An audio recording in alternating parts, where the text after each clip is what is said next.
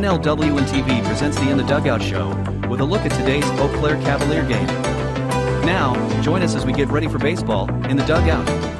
Hello, and welcome to In the Dugout.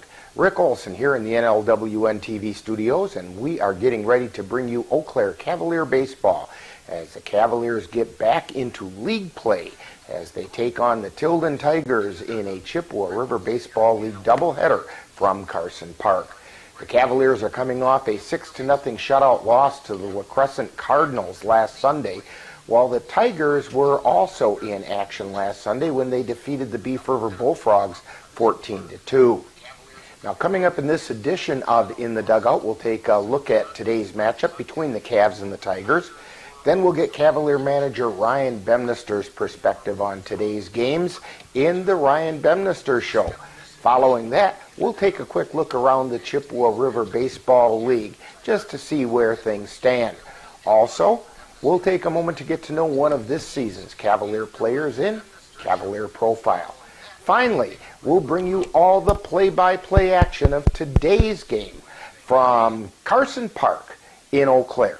So it's time to get ready for some baseball action, and we'll do just that coming up right after this brief timeout as you're tuned to In the Dugout on NLWN-TV.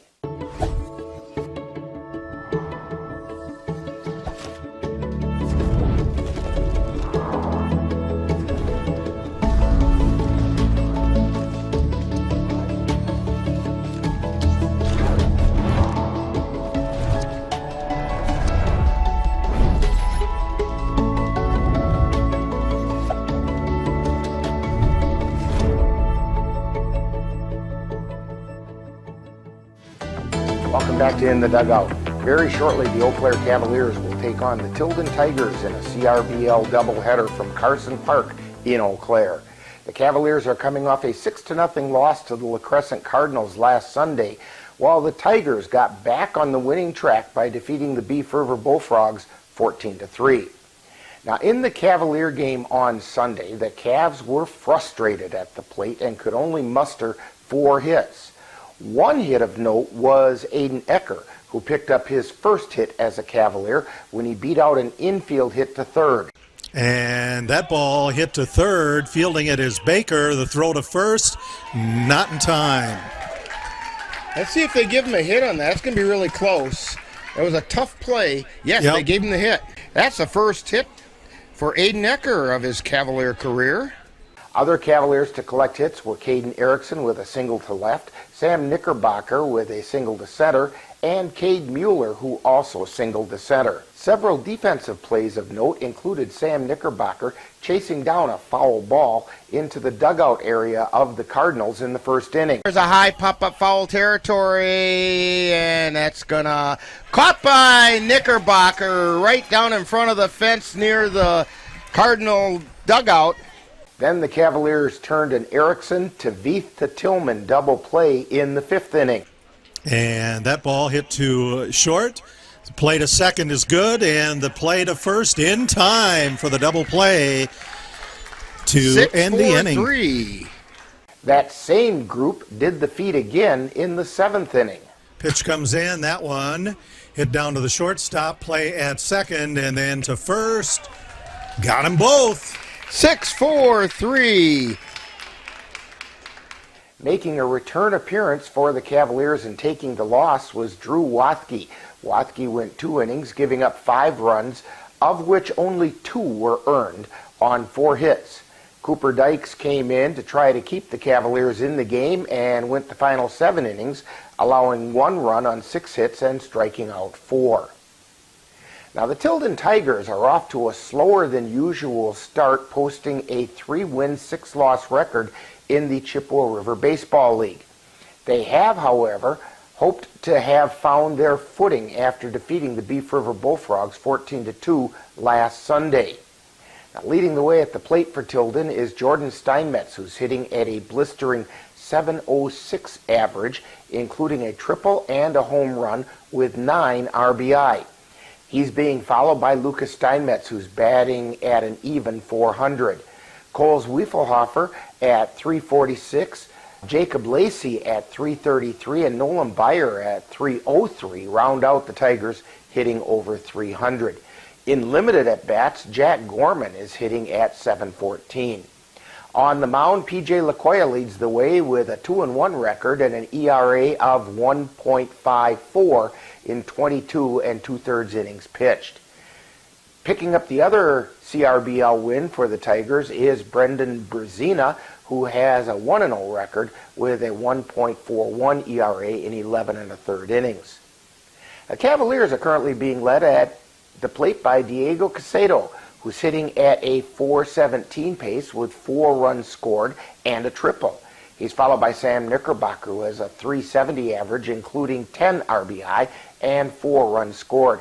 Ashton Cole at .333, Logan Hesselman at .333, Xavier Bemnister at .306, and Carter Beath at .300.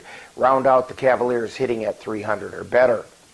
The leading pitcher thus far for the Cavaliers is Andrew Milner, who has a 5-1 record with a 1.79 ERA, which includes 3 complete games and a no-hitter.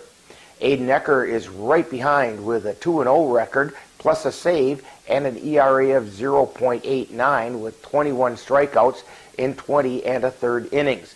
Eli Rathke is 2-2 with an ERA of 4.09, and Cooper Dykes has a 1-1 record with a save and an ERA of 1.25, while Lucas Costley and Xavier Bemnister have also each picked up a save. Now, coming up next, following this timeout, we'll get manager Ryan Bemnister's perspective as we chat with him on The Ryan Bemnister Show. You're tuned to In the Dugout on NLWN-TV. Hi, I'm Ryan Blaney, a third-generation race car driver, and we dedicate a lot of our time to going as fast as possible. But when my grandpa was diagnosed with Alzheimer's, it was a very unexpected bump in the road for us.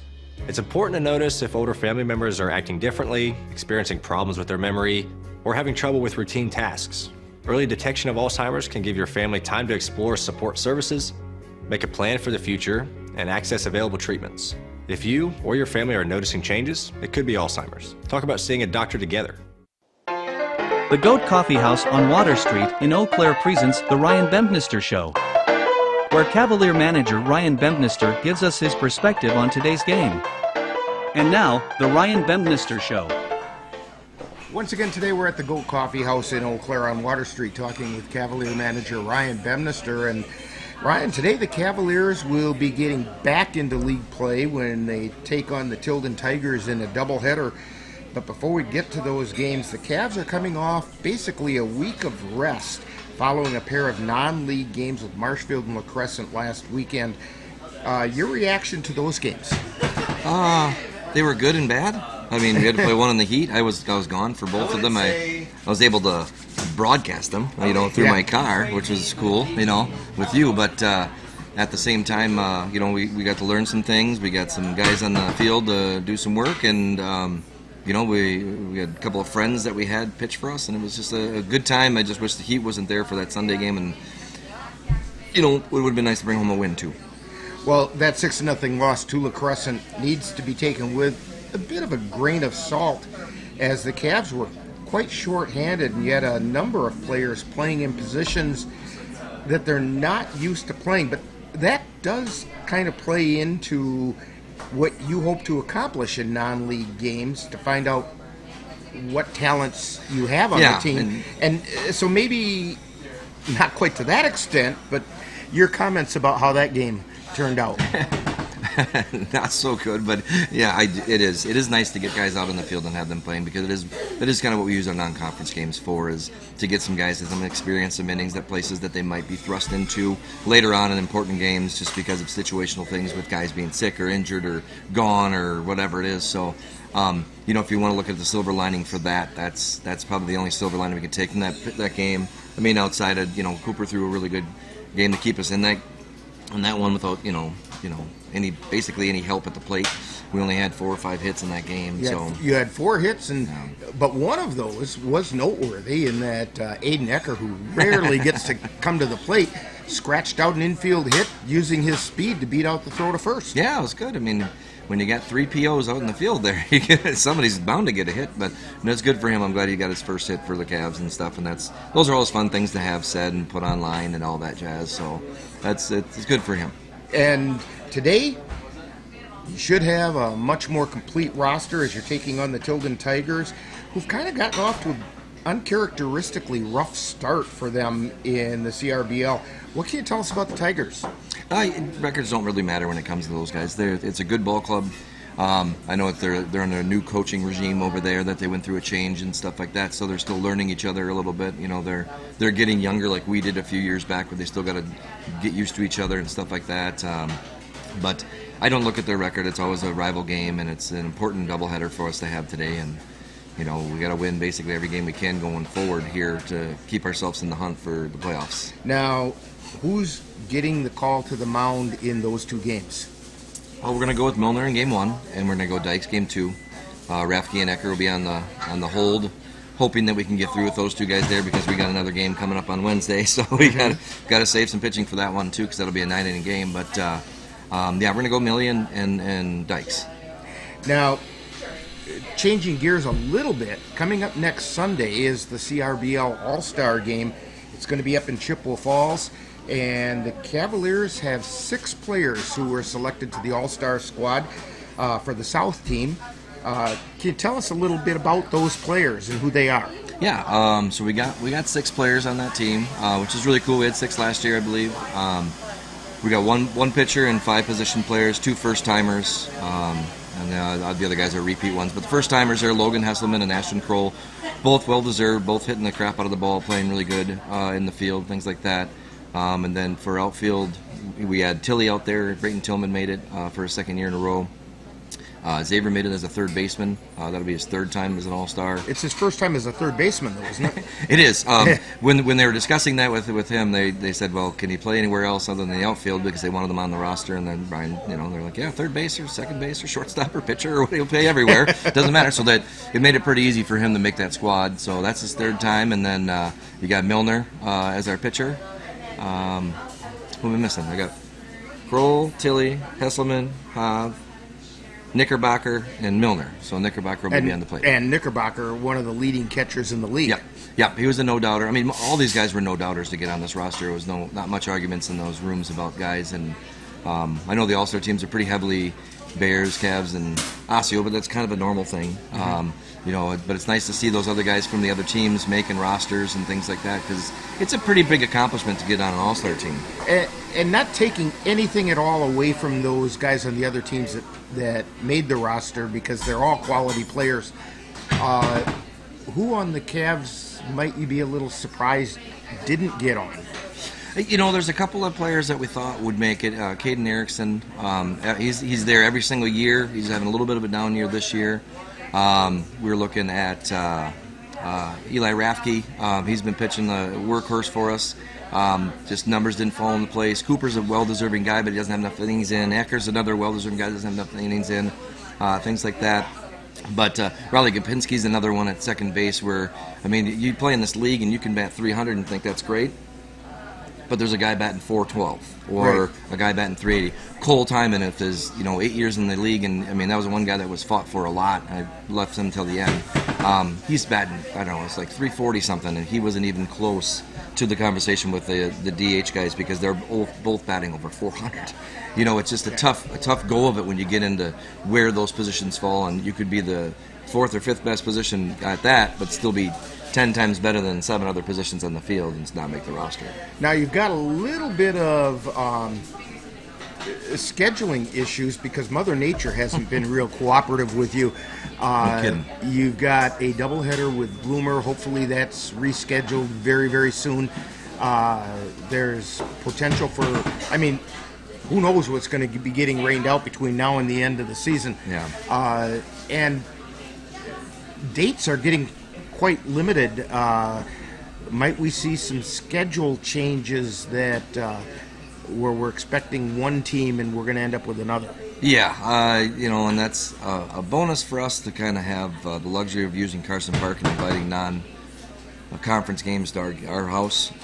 If we have to wash one of those out to replace with a conference game, it's more important to do it that way than to play that non-conference schedule.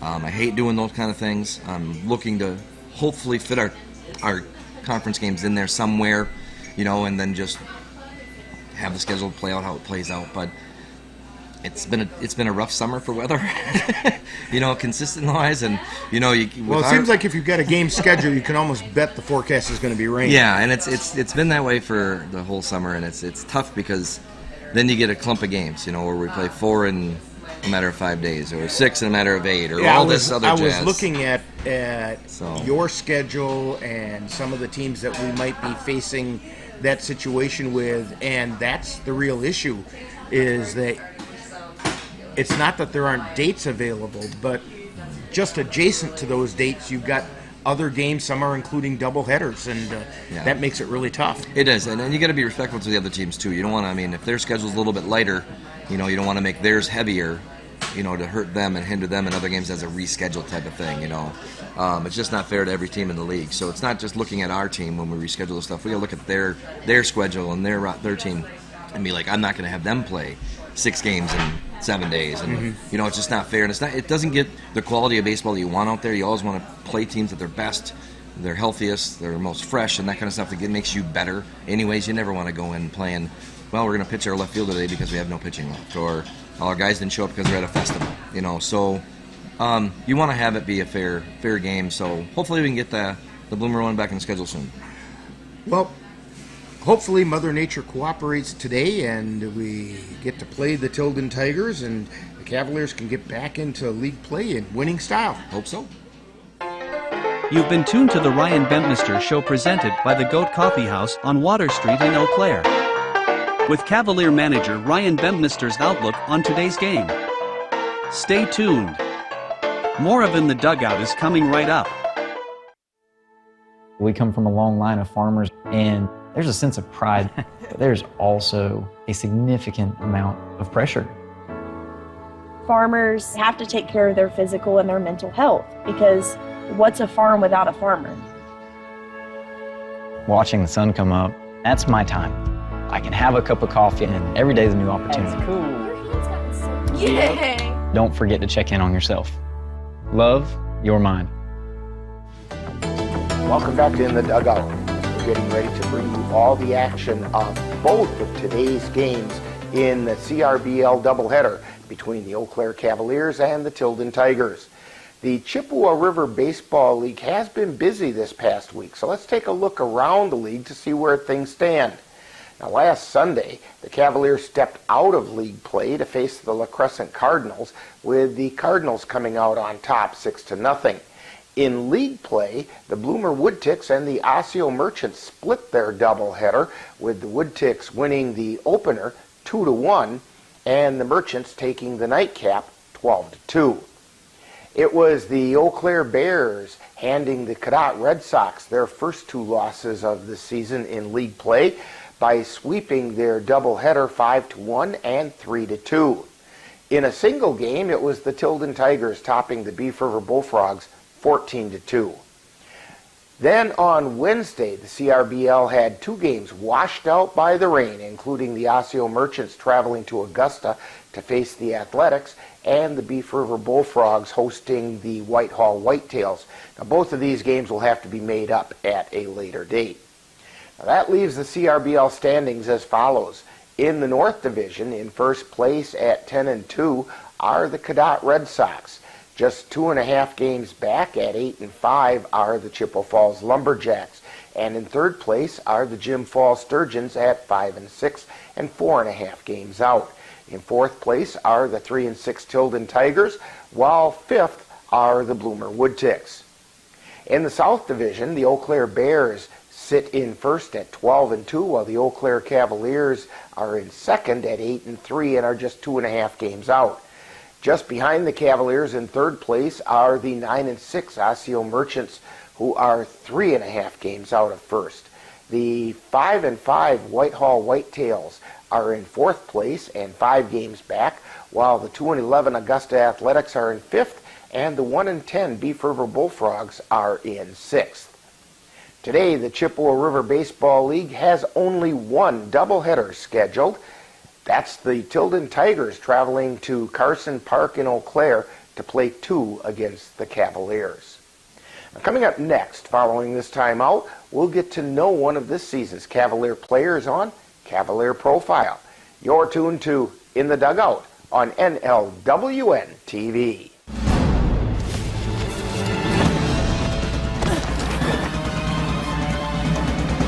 Even the mighty might not see it coming. It's prediabetes, and it captures 1 in 3 adults. But you can escape. Take the 1-minute prediabetes risk test to know where you stand and prevent or delay type 2 diabetes.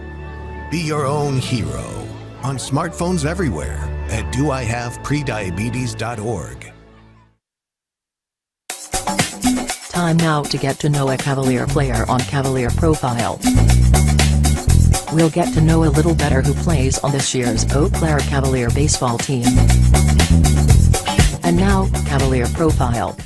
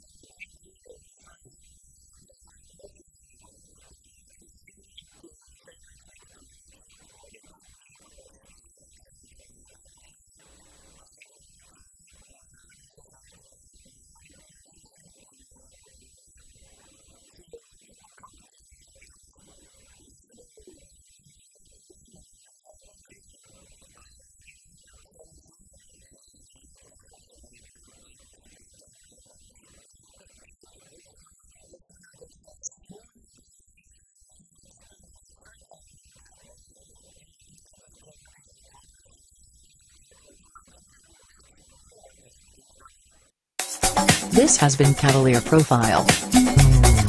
where we get to know a little better who plays on the Cavalier baseball team. Stay tuned, more in the dugout coming right up. You quit smoking and thought, that's that. But here's the thing about lung cancer. By the time you see the symptoms, it could be too late.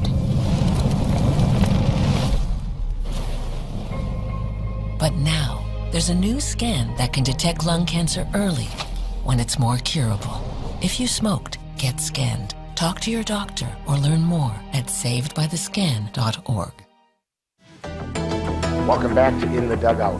Today, the Cavaliers will take on the Tilden Tigers in the Chippewa River Baseball League doubleheader. With a more complete roster, as well as cleaner play in the field and more productive trips to the plate, the Cavaliers hope to bounce back from last Sunday's disappointment. So the Cavaliers and the Tilden Tigers are ready to square off for 2 games, and we'll have all the action of both games for you right here on NLWN-TV. Now, in just a moment, I'll be joining the rest of our broadcast crew at historic Carson Park in Eau Claire as we get ready for today's CRBL clash between the Eau Claire Cavaliers and the Tilden Tigers. That's all coming up next. You've been tuned to In the Dugout on NLWN-TV.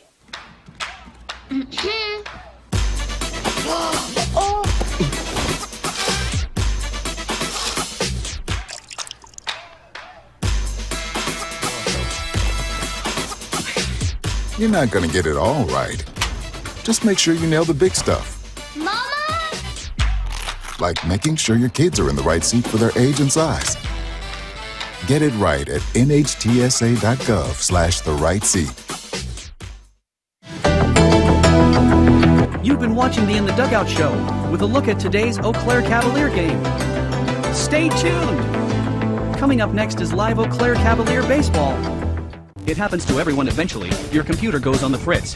Fear not, Sladen's Technology Services can help. When your computer decides to not cooperate, it can be very frustrating. Let Sladen's Technology Services keep you from wanting to drive your computer right off a cliff. Sladen's Technology Services supports business of all sizes. They offer assistance with managed anti-malware, encrypted email, fast tech support, data backup, and recovery, and more. Call Sladen's Technology Services at 715-864-2833 and get the IT help you desire. Sladen's Technology Services is the official IT service for the Northern Light Webcasting Network. Here we go, feeling the fire. Cavalier spirit,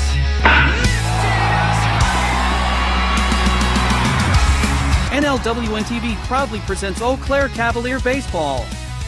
Follow the Cavaliers as they defend their Chippewa River Baseball League title. Under the lights where legends are born, diamond warriors with heart that's worn, uniform shining, proud on the field, a title to defend, a promise revealed. Cavalier champions, hear the crowd roar, defending our title, we're hungry for more. So now, let's go out to the ballpark in today's Eau Claire Cavalier baseball game. With victory in sight and a future so bright, together we rise, Cavalier spirit in flight.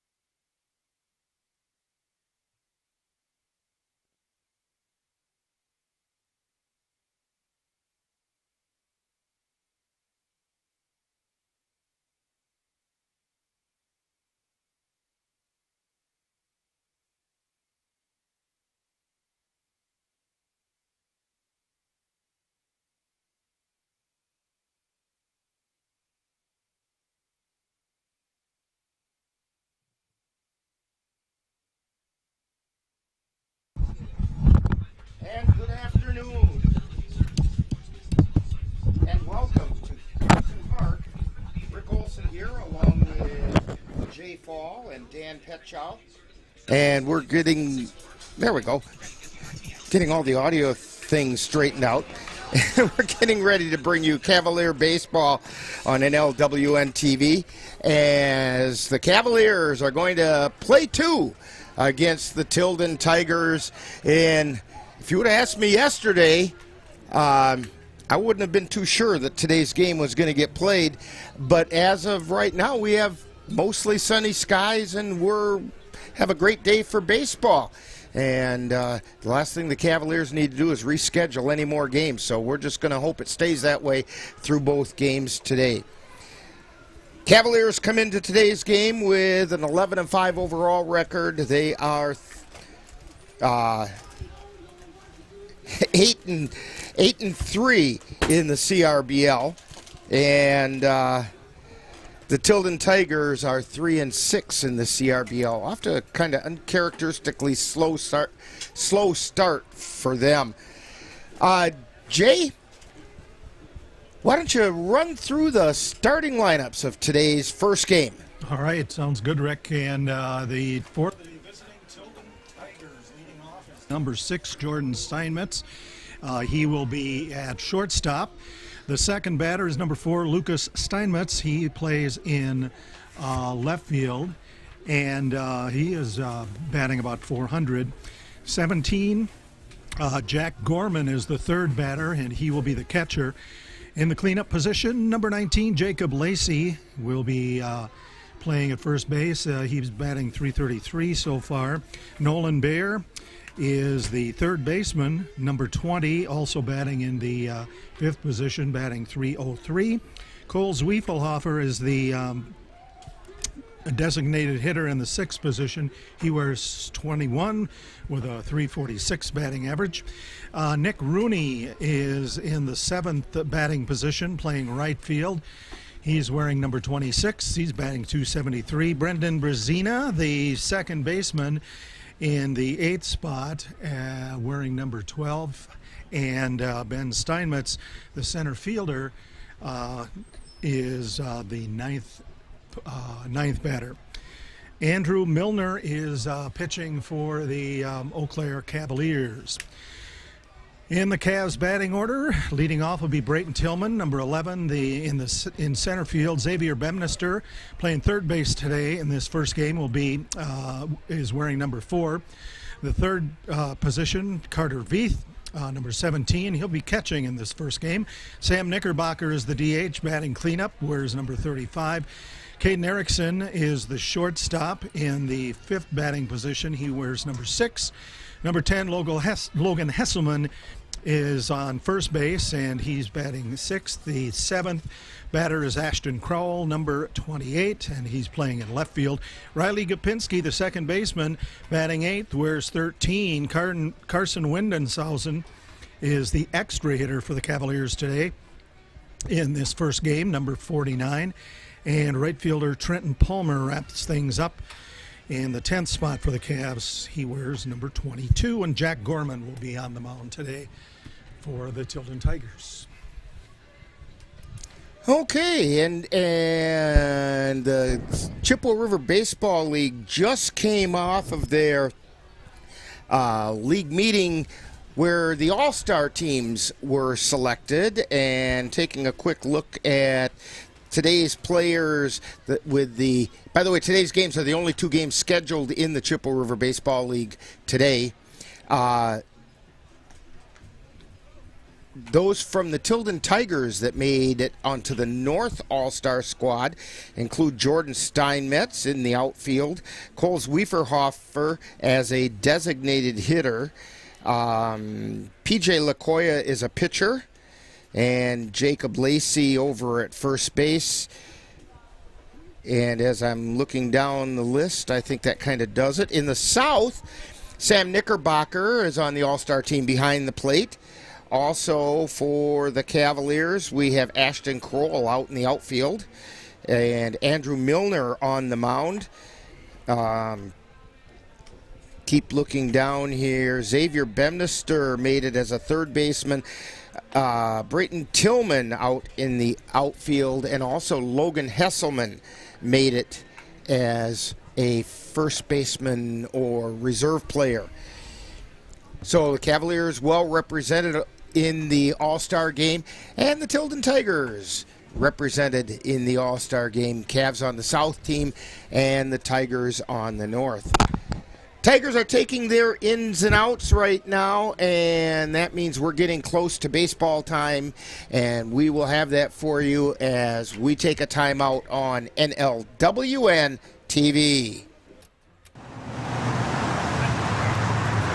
Let NLWN-TV take you out to the ballgame.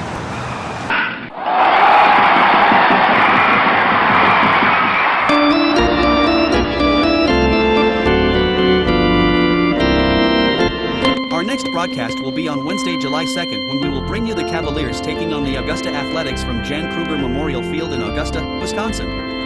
Live coverage on NLWN-TV begins with the In the Dugout show at 6:30 p.m. That's Eau Claire Cavalier baseball on Wednesday, July 2nd on NLWN-TV. Play another one, please, quickly.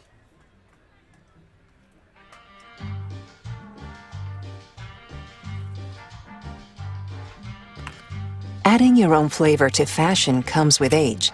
Okay, Dad, look at you. Yeah, welcome. Hi. Forgetting how to add doesn't. Finding it difficult to work with numbers may be a sign of Alzheimer's. Dad, are you okay? An early diagnosis can help improve the quality of life for your loved one. Learn the warning signs of Alzheimer's. Some things come with age, some others don't.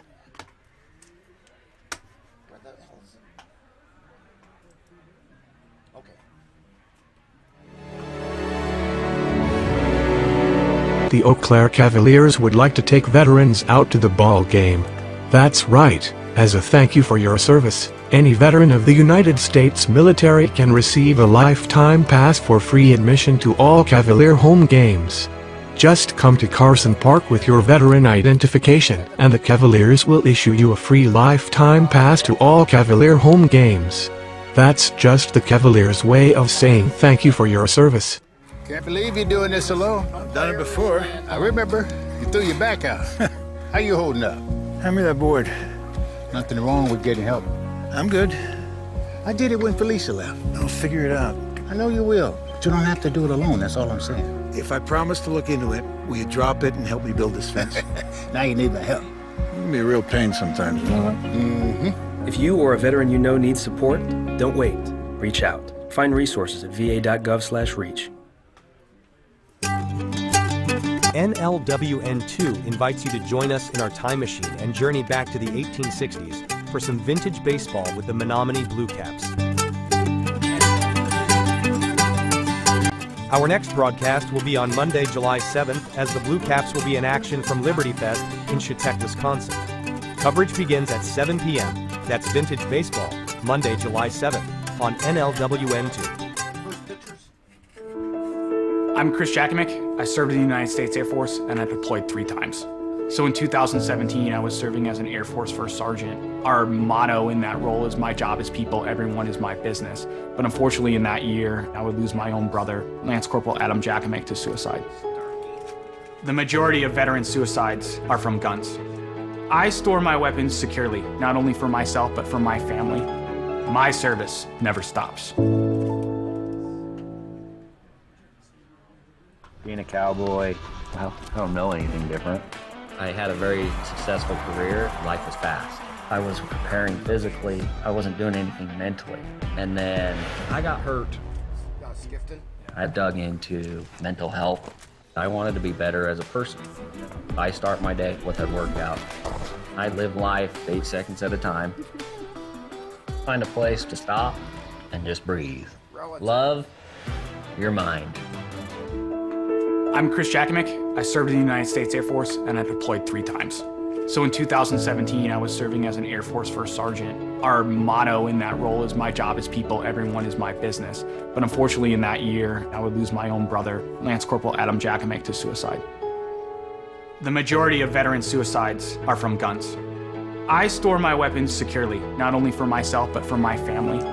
My service never stops. And we're back here at Carson Park. Rick Olson along with Jay Fall, Cassie Nelson on the computer, and Dan Petchow on the camera as the Tilden Tigers are just wrapping up their ins and outs, and we'll be ready for today's game.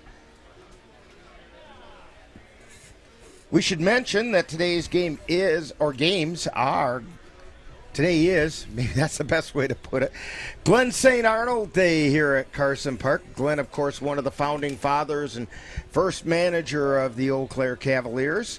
And today is Glenn St. Arnold Day. The umpires for today's game is Billy McKnight on the bases, and Camden Bloom is behind the plate calling balls and strikes. In addition to being Glenn St. Arnold Day, it's also Pine Meadow Golf Day here at Carson Park, so I suspect that there will be plenty of awards being given out. Dan got all excited as soon as I mentioned that, and if we lose our camera person halfway through the game, we'll know what happened.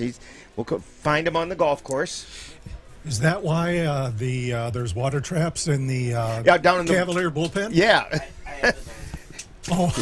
Yeah, Dan wants to readjust the rules to baseball that you have to pitch over the water trap. So,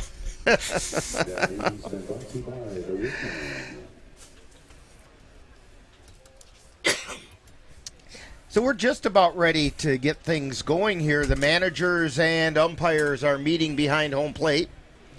I wouldn't be a bit surprised if we get a flyover from the air show sometime during today's game.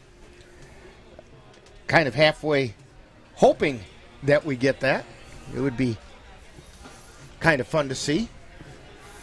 And Cavaliers with a much more complete roster than what they had on last Sunday when they played La Crescent.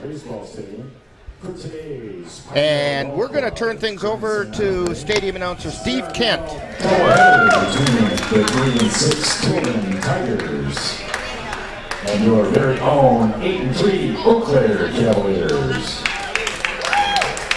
Cavaliers in the Chippewa River Baseball League would like to remind you that attending this event is a privilege. With this privilege comes the responsibility to conduct oneself in a manner where the game is enjoyable for all fans and participants. Failure to behave in such a manner will result in removal from this facility. Let us remember to show pride in our teams and communities that demonstrate good sportsmanship toward all players, coaches, fans, and officials. Thank you. Fall balls are the property of Eau Claire Cavaliers Baseball Club. Please return all fall balls to the souvenir stand located down the third baseline. We receive a $1 token. Good for you, said the souvenir stand. As a friendly reminder, Carson Park Baseball Stadium is a non-smoking facility. If you must smoke, we ask that you please leave the stadium. Again, there's no smoking in Carson Park Baseball Stadium. Thank you. Finally, all fans, especially those in the bleachers, are reminded we're at a baseball game. If all walls enter the stands at a high rate of speed, we ask that you remain alert at all times.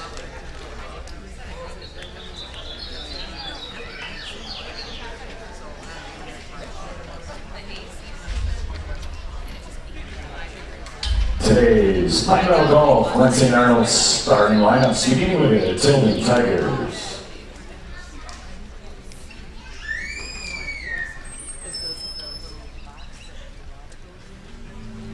Leading off, playing shortstop, number 6, Jordan Steinmetz.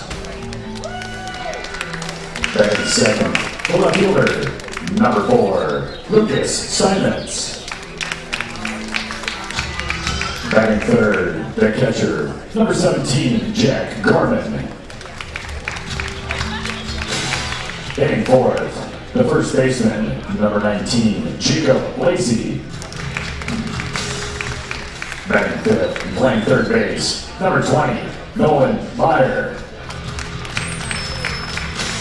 Batting sixth, the designated hitter, number 21, Cole Zwiewalfer. Batting seventh, the right fielder, number 26, Nick Rooney. Batting eighth and playing second base, number 12, Brendan Brazina. Batting ninth, the center fielder, number 7, Ben Steinitz. And pitching for the Tilden Tigers, number 14, Jake McAway. The Tigers are coached by Brendan Berzina.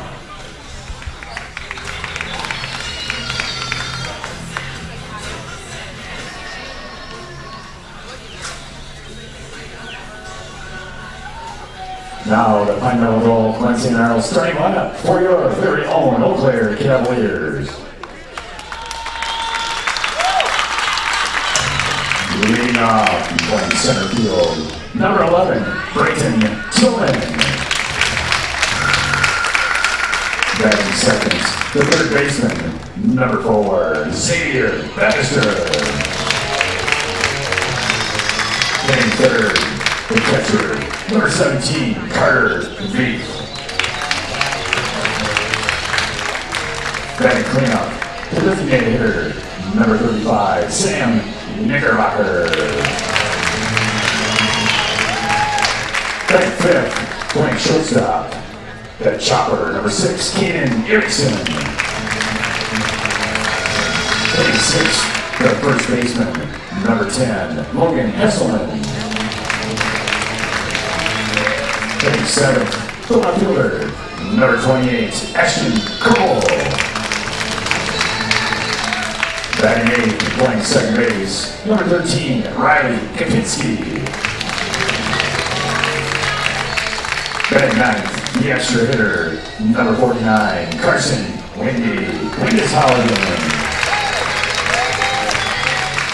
Batting 10th, the right fielder, number 22, Trenton Palmer. And pitching for Eau Claire's, number 15, Andrew Milner.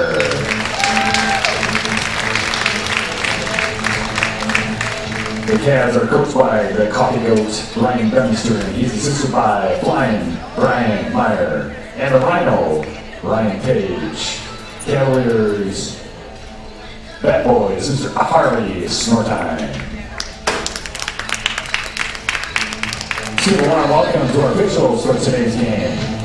On the bases, Mr. Billy McKnight. And behind home plate, Sir Camden Bloom. Now, would you please rise if you're able, remove your hats, and honor America for the singing of our national anthem by Mr. Peter Chumis.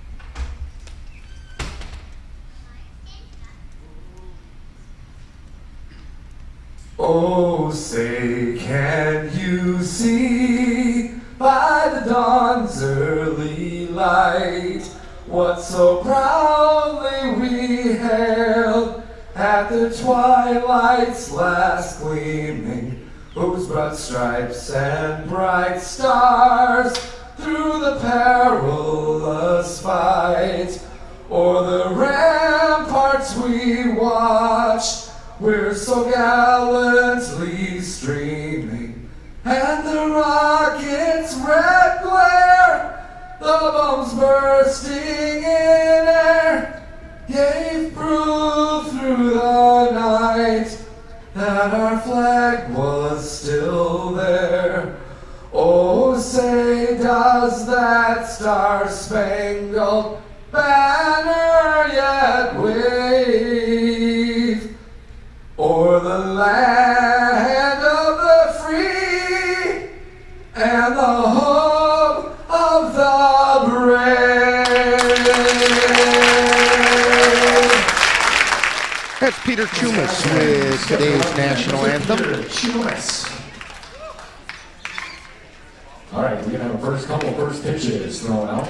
Our first pitches are going to be thrown out by Mr. Alex Starkey and Clay Skippin.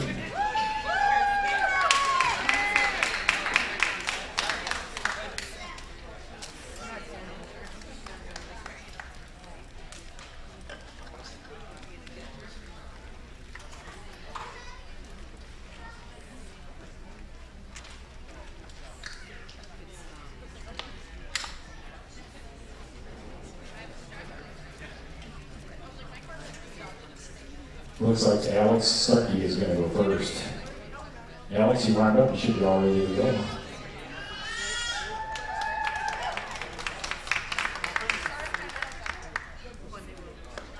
Strike. So that's Alex Starkey with the first pitch. And now Clay Skifton. Clay is representing Pine Meadows Golf. And both first pitches were right near the plate. Alex Starkey, a member of the St. Arnold family, and a relative of Cavalier founder Glenn St. Arnold. Starkey and her husband Alex, and her granddaughter Ellie Eckes. Hopefully I got everybody here. So if you can say a few words on behalf of the St. Arnold family. Take it over, Judy. First of all, I'd like to thank everybody for coming today. 54 years later, and we're still here. So we're very proud of that. A special thank you to Pine Meadow Golf, who sponsored this for the last 7 years. So at this point, everybody enjoy the game, stay hydrated, and let's go play ball. Shadoop, like Glenn would say. And that was Judy St. Arnold speaking on behalf of the St. Arnold family. She was the wife of the late Glenn St. Arnold, as we mentioned, one of the founders of the Cavaliers. Let's play baseball. And we are just about ready to get things started. Taking a look. Oh, go ahead, Jay. Temperature's 81 degrees. It's winds are from the south-southwest at 7. Yeah, very gentle breeze blowing straight out to center field. And it's kind of a sticky, muggy day, but compared to what we were looking at, the possibility being, we'll take it. Taking a look at the Cavaliers defensively. Xavier Bemnister's at third, Caden Erickson at short, Riley Gopinski at second, Logan Hesselman's at first, Carter Veith behind the plate for the Cavaliers, Ashton Kroll, Brayton Tillman, and Trenton Palmer going from left to right out in the outfield. Andrew Milner on the mound for the Cavaliers with a 5-1 record. He has a 1.79 earned run average in 40 1/3 innings. And as we mentioned, he is a pitcher on the South All-Star team. He has a no-hitter to his record this year. And stepping in is Jordan Steinmetz. And the first pitch, called strike.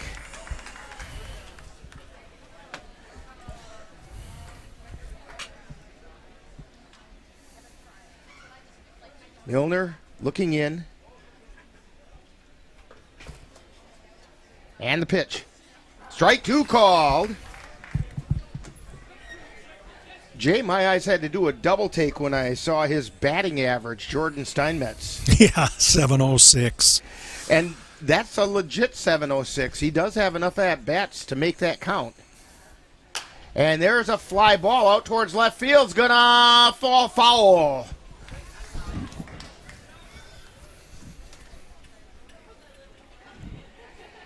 Foul ball down the left field line, not by any too much. And he just kind of put a lazy swing on the ball. Made contact. And the count remains 0-2.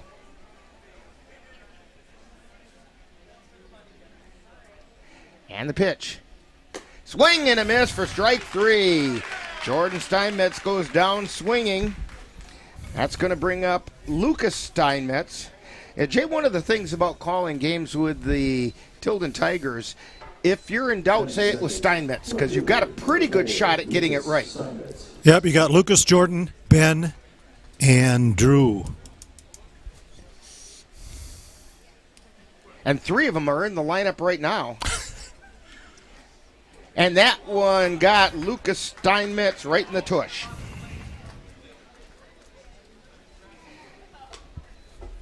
So 1 down, 1 on. It was a curveball that didn't go around the curve, evidently. That's going to bring up Jack Gorman to the plate. He's batting .714. He's got limited at bats, so that might be a little inflated. There's a shot out into left field for a base hit. And it got past Kroll. And a runner rounds third. He's going to come in and score. So that's going to go as a hit and an error. He gets a single to left field and then goes to second on the error on Ashton Kroll as Lucas Steinmetz scored on the error on Kroll. So 1 out, runner at second.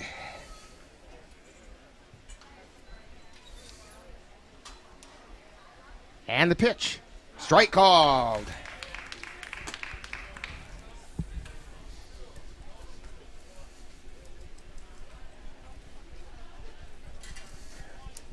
No balls and 1 strike. And the pitch. Strike 2.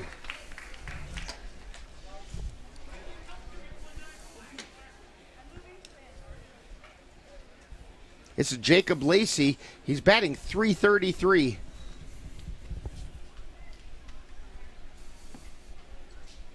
And the pitch is fouled back off the left side. Lacey playing first base.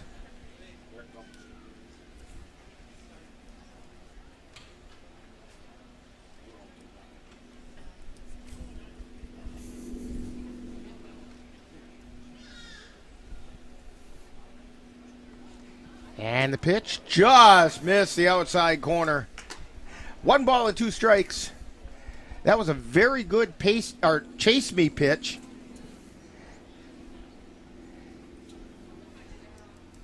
But Lacey wasn't biting. Here's the 1-2. Ground ball right back up the middle into center field. Runner rounds, that's Gorman rounding third, comes in to score, and Lacey checks in at second. It's going to be a single for Lacey, and he went to second on the play at the plate because Gorman came in to score. Give Lacey the RBI. It makes it 2-0 for the Tilden Tigers. And coming to the plate is Nolan Byer. Byer batting .303.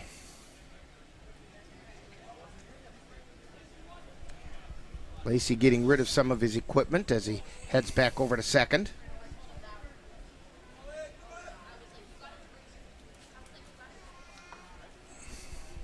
And the pitch. Fly ball out into right field. Coming over is Tillman, and it fouls foul. Tillman couldn't quite get there in time. Or not Tillman, Palmer. Palmer couldn't quite get there in time, but fortunately it fell foul. And nothing but a noisy strike.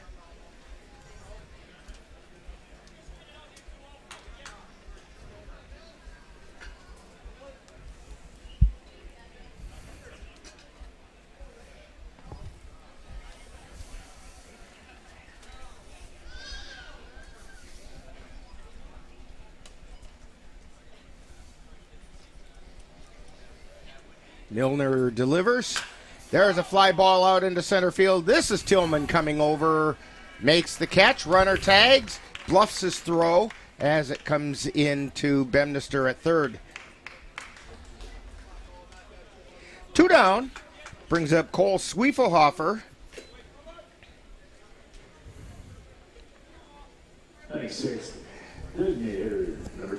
Swiefelhofer batting .346.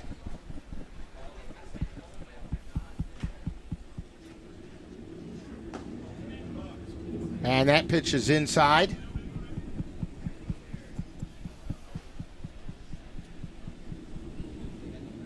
One ball, no strikes.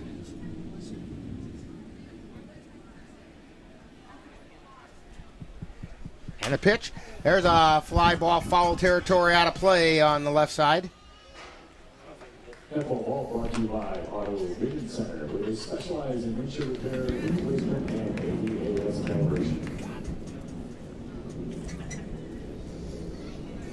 Keeping Dan from being distracted by the F-16 fighter that's flying over. Yeah, that wasn't the ball.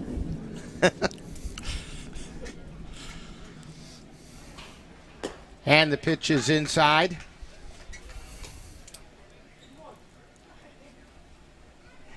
Besides that, we have our own air show here. We have the Ospreys. Oh, that's right.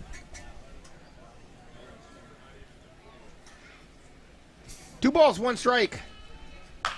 Ground ball foul down the third baseline. Oh, right through the puddle.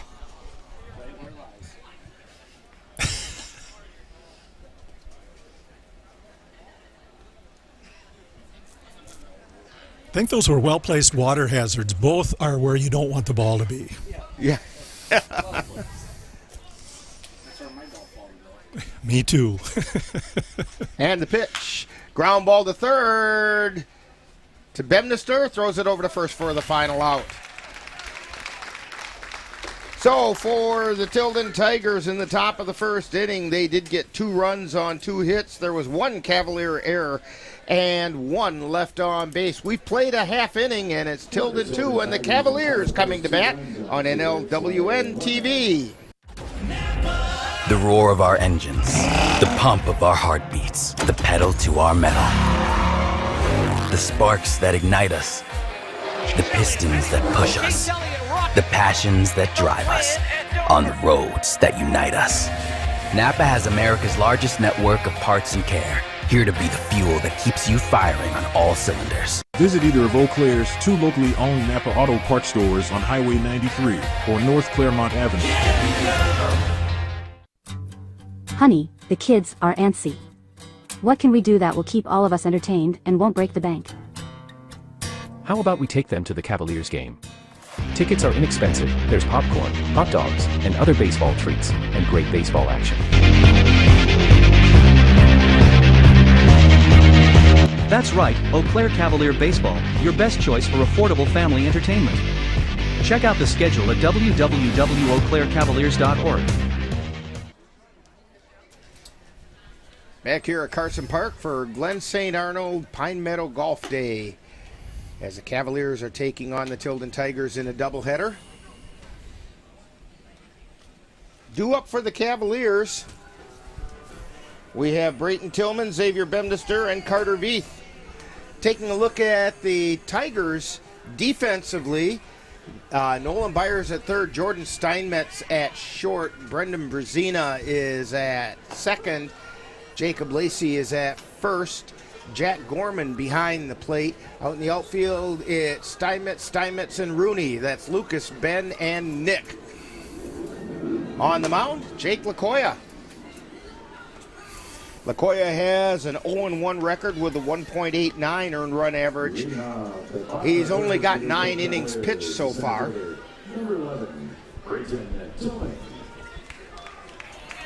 So up to the plate steps Brayton Tillman to get things started for the Cavaliers. Tillman comes into today's game batting .278.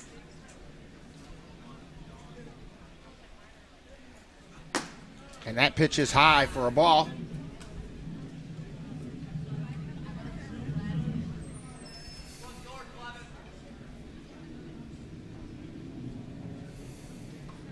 And the pitch.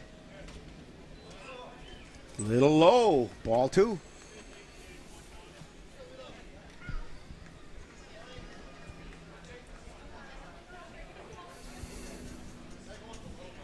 And the pitch. Strike called on the outside corner.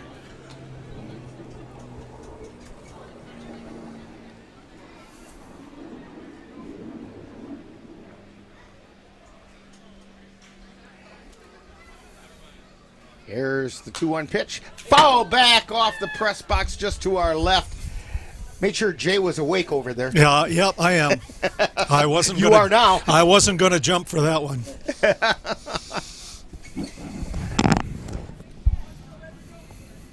So 2 balls, 2 strikes to Brayton Tillman.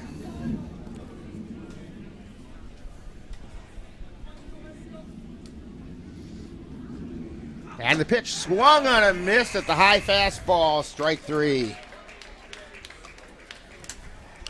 That'll bring up Xavier Bemnister. Bemnister coming into the game batting .306. Batting second for the Cavaliers, the third baseman, number 4, Xavier Bemnister.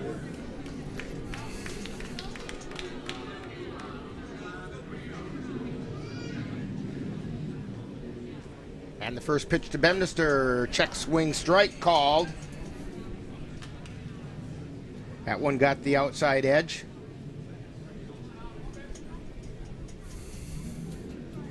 McCoy winds and fires.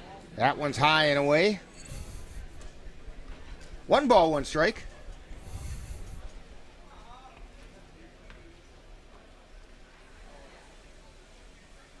Here's the 1-1 pitch. That's a strike at the knees.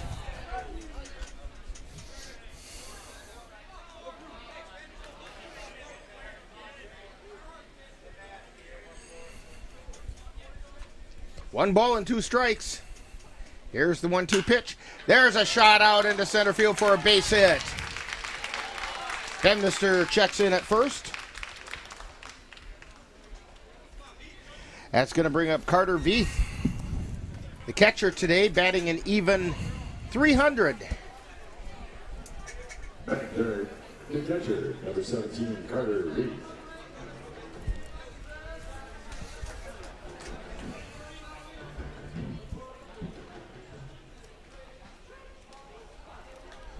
McCoy looks over at first.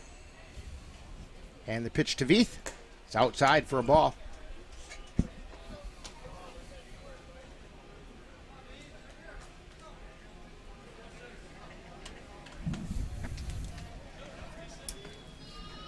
Again, the look over at first.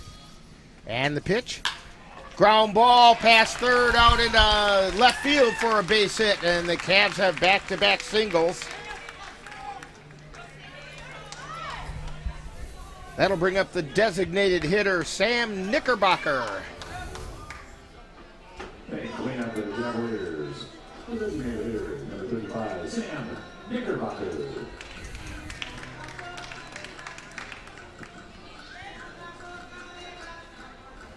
So 2 runners on for the Cavs.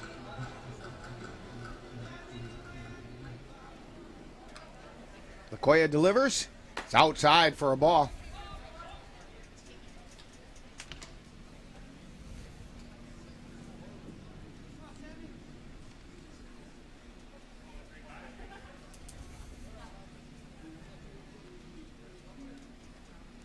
Bemnister takes a lead, swing and a miss by Knickerbocker. Got a foul tip of it there. Right back into the glove of Gorman.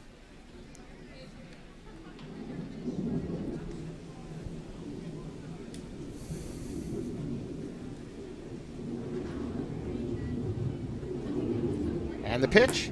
Strike called on the inside corner. A ball and 2 strikes now to Sam Knickerbocker. 1 out, 2 runners on.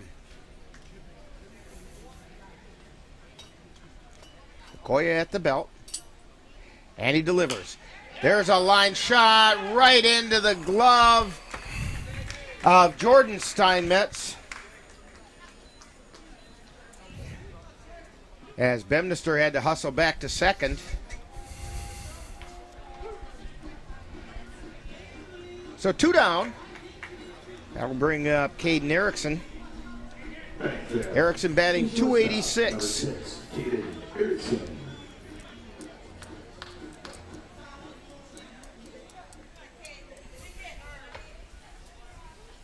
And that got Erickson in the tush. So that loads the bases.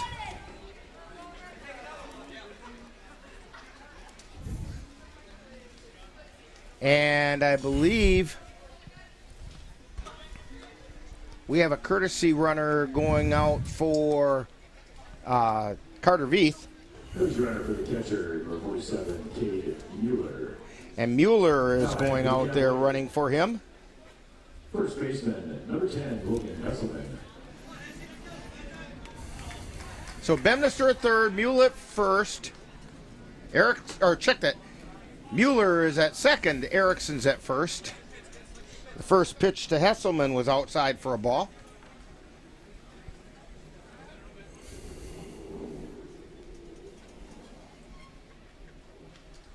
And the 1-0 pitch fouled back into the net. I think that one stayed up. I think it did, yep. Or it went down the gap. I think it went down the gap.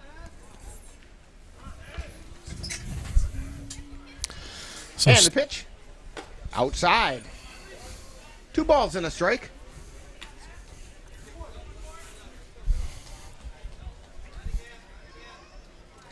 We have lots of things going on up here to distract Dan and Cassie.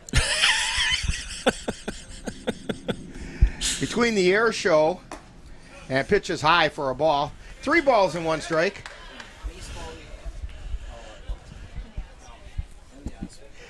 And now they have a spider that's trying to find its way to photobomb its way into our image. And foul tip into the glove. Strike 2. Count is full. 3 balls, 2 strikes. Traffic's going to be busy out there now as all 3 runners should be going. Lakoya at the belt. Runners take off and foul back into the net.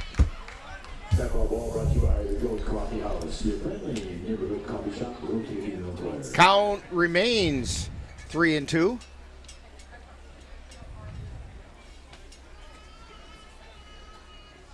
Logan Hesselman at the plate. And the pitch. Outside for ball 4. And it's an RBI walk for Hesselman. Scores Bemnister. Moves Mueller over to third. Erickson is on second. Hesselman on first. Ashton Kroll comes to the plate, batting .333.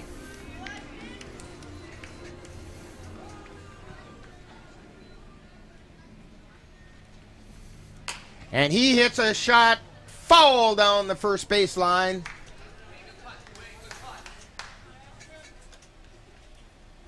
He tried to go opposite way on that one. Island Lake Endeavors, community located on the shores of Island Lake in New Albany, Wisconsin.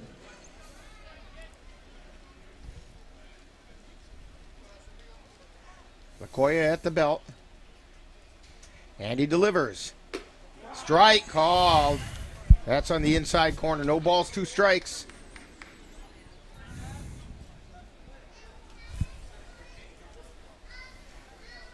Bases loaded. Ashton Kroll at the plate. 2 down. And the 0-2 pitch. High and inside.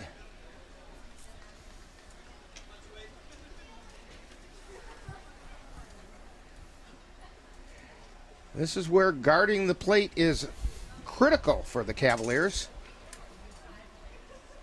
1 ball and 2 strikes. Here's the 1-2. And that one's fouled away. Kroll doing exactly what he needs to.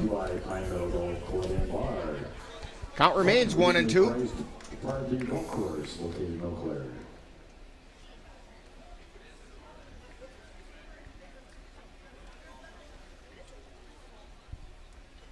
Lakoya delivers. Swing and a miss for strike 3. So the Cavs go down with 1 run on 2 hits. There were no errors and 3 were left on base. So we have played an inning, and it's the Tilden Tigers 2 and the Eau Claire Cavaliers 1 on NLWN-TV. The Eau Claire Cavaliers would like to take veterans out to the ball game. That's right. As a thank you for your service, any veteran of the United States military can receive a lifetime pass for free admission to all Cavalier home games. Just come to Carson Park with your veteran identification, and the Cavaliers will issue you a free lifetime pass to all Cavalier home games. That's just the Cavaliers' way of saying thank you for your service. Menominee Eye and Optical can help you see the world for the beautiful place it is. Doctors Nicholas and Marianne Comro provide comprehensive and emergency eye care for all, including pediatric and special needs patients. Whether it's examination for glasses to cataract or LASIK care, or diagnosis and management of macular degeneration, and so much more. In addition, Menominee Eye and Optical's experienced opticians will help guide you to the highest quality eyewear for the best value. That's Menominee Eye and Optical, 520 Wilson Avenue in Menominee, where they specialize in quality personalized care for you and your family. So we're going to head into the top of the second inning and due up for the Tilden Tigers, Nick Rooney, Brendan Berzina, and Ben Steinmetz.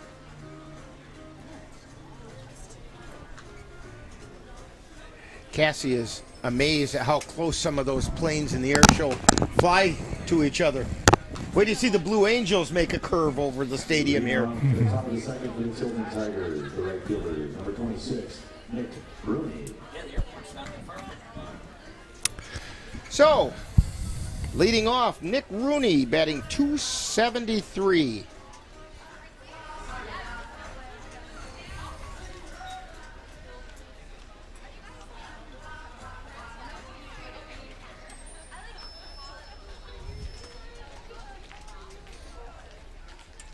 And the pitch.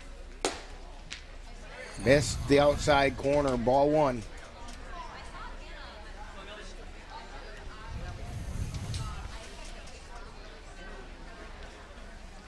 Camden Bloom behind the plate, calling balls and strikes. You can see he took a second to think about that one. There's a strike on the inside corner.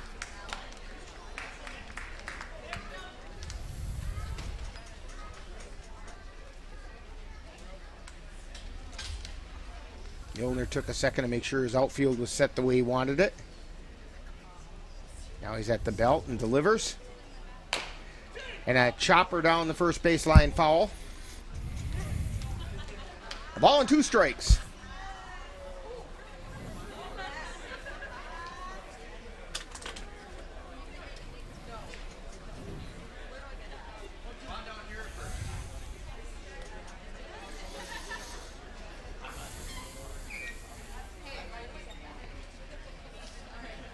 And the pitch. That's low and inside. 2 balls, 2 strikes.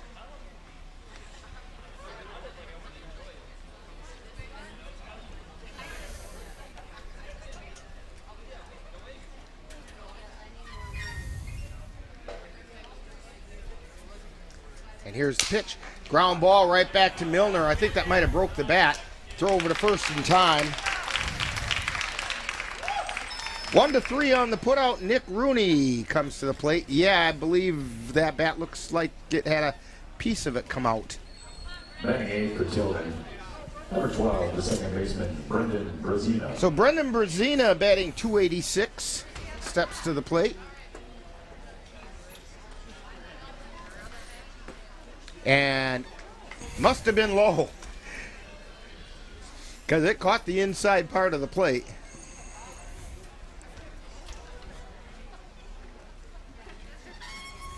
Milner fires. That one's inside. There's a new shine on Berzina's belt buckle after that one.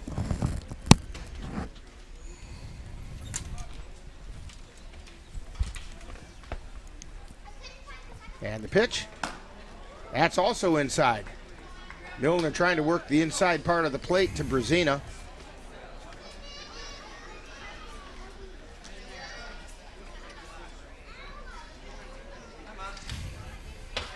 Milner looks in. And the pitch. Strike called on the inside corner.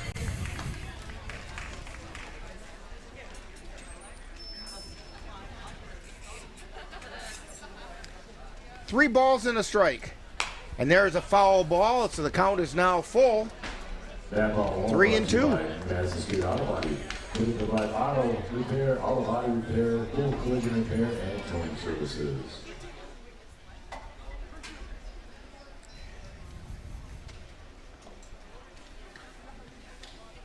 Milner looks in and delivers. Ground ball foul. Nice stop that time. Yep, Cole Zwiefelhofer. Down in the third base box. I mean, he's shaking his hand a little bit, though. Yeah, but he's not rubbing it. And the pitch. And there's a ground ball over to third. Bemnister has it, throws it over to first in time.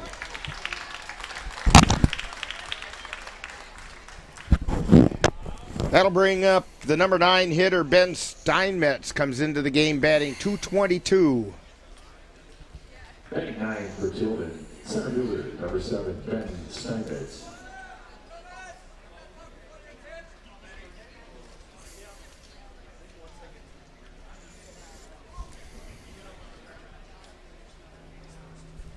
Milner winds and fires.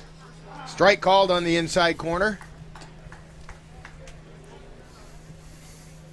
Milner working the inside well so far today.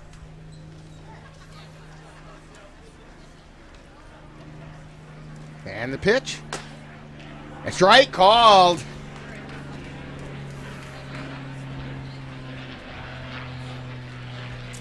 Camden Bloom took a minute to think about that one and decided, yeah, that was a strike. No balls, 2 strikes, 2 down. And the 0-2 pitch. Strike 3 called.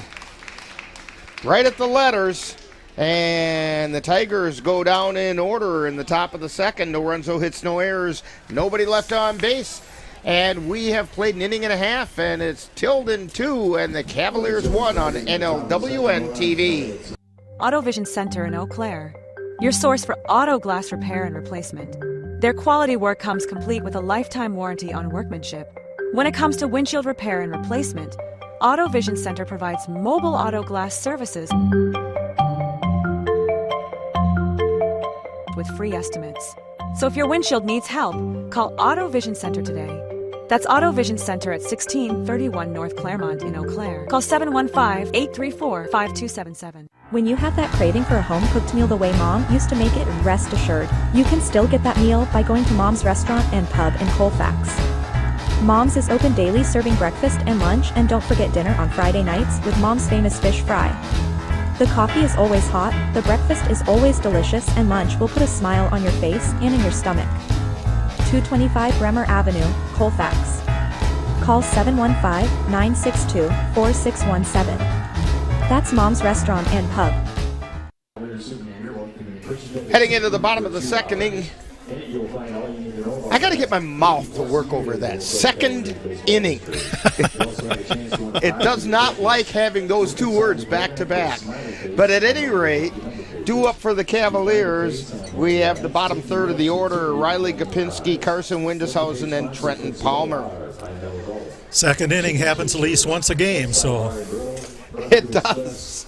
Yeah, and since there's a top and a bottom half, I have to say it at least twice every game. There you go.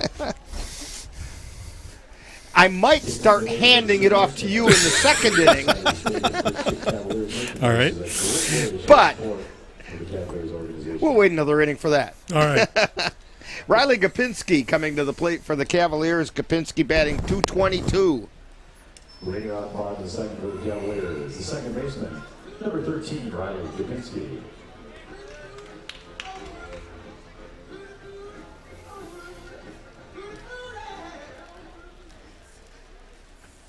And the pitch.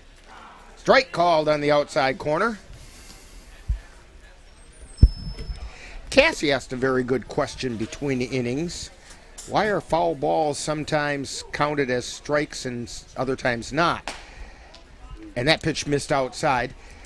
Well, the first part of that answer is you're not going to strike out on a foul ball unless you're bunting. But basically, you don't strike out on foul balls. But they do count as strikes, and she was curious, why is that? And he misses again, so it's 2-1 now to Gopinski. And I think the closest I can come to explaining it is you swing at the ball and you fail to hit it fair. Therefore, it's a strike. Swing and a miss, or swing and a... There's a strike called on the outside corner. Or you swing and you foul it off. Either way, you did not hit it into fair territory. And so that's a negative thing, and it's counted as a strike. That's the best explanation I can come up with for that. What do you think about that idea, Jay? I follow that the whole way.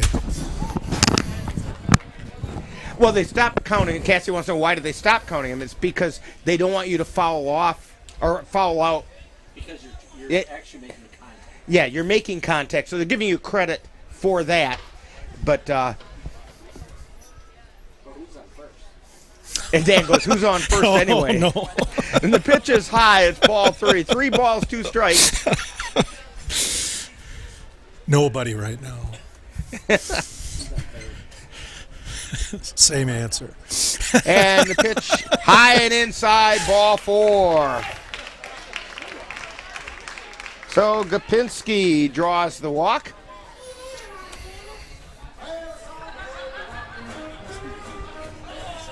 That'll bring up Carson Windeshausen. For the Cavaliers, the extra hitter, number 49, Carson Windeshausen. Windy is hitting at 208. Throw over to first. Gopinski back. So he knows how much of a lead before he gets Lakoya's attention. He's right back out there again.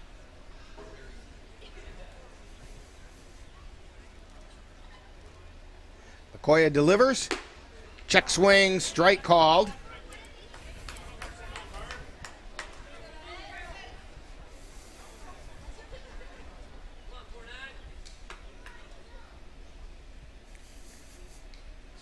No balls and 1 strike. And a fly ball out into right field. That's fairly deep. Heading back and making the catch out there is Rooney. And he hit it a long ways, but not quite far enough. So 1 out. Gopinski heads back to first. And Trenton Palmer comes to the plate. Grab that one on the warning track. And had he sent it just a little further to the right, it might have had the distance. Because where he caught it was right in front of where the outfield drops back to the deeper spot. Pitch is outside for a ball to Palmer. Yeah, Dan points out what little breeze we have is blowing out. Lakoya at the belt. And the pitch. Outside again.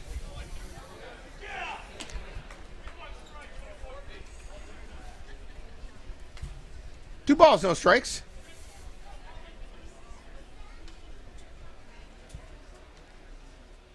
Throw over to first. Gopinski gets back.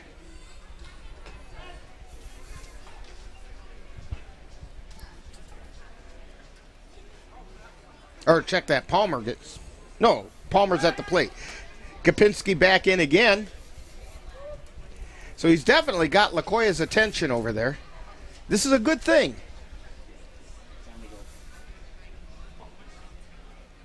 Lakoya at the belt. Gopinski takes a second lead and his pitch is on the outside corner. 2 balls and a strike now to Trenton Palmer.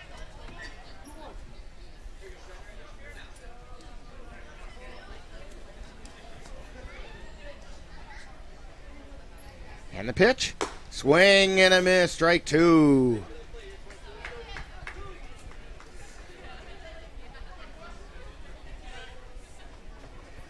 Two balls, 2 strikes. 1 out. Brayton Tillman on deck. And the pitch. That's high and away. Ball 3. So the count is full.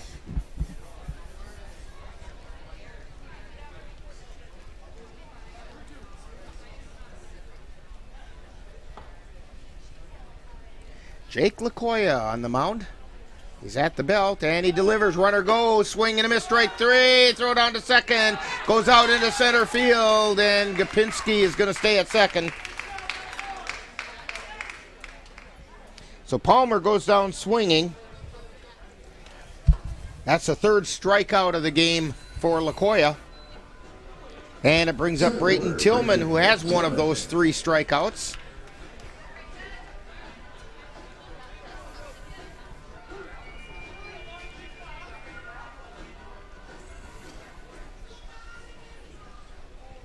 And the pitch, that's outside. Kapinski with a pretty good lead at second. Jordan Steinmetz kind of showing signs of maybe coming around behind. There's a foul ball just off to our left. Jay was getting ready with his cat-like reflexes. Sure, we'll go with that.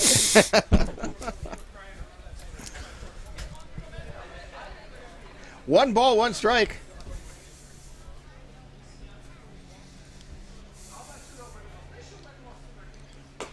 And a strike called on the outside third. A ball and 2 strikes. 2 down. Runner on second. That's Riley Kapinski out on second. Brayton Tillman at the plate. And the 1-2 pitch. Down low. 2-2.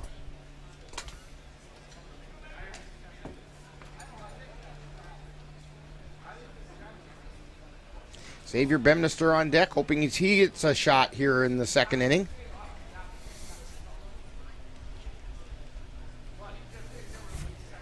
Two balls, 2 strikes, 2 down, and the pitch. There's a shot out into right field. That's going to tie the game as Kapinski comes in to score on the single by Brayton Tillman.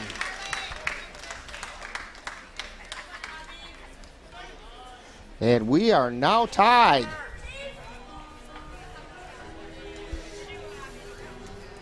Xavier Bemnister steps to the plate. The third baseman, Javi Bemnister. Xavier going by the nickname Javi.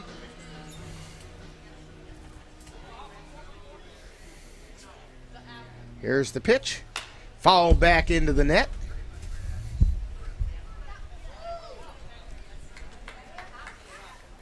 Tillman's on first. We're all tied in the second.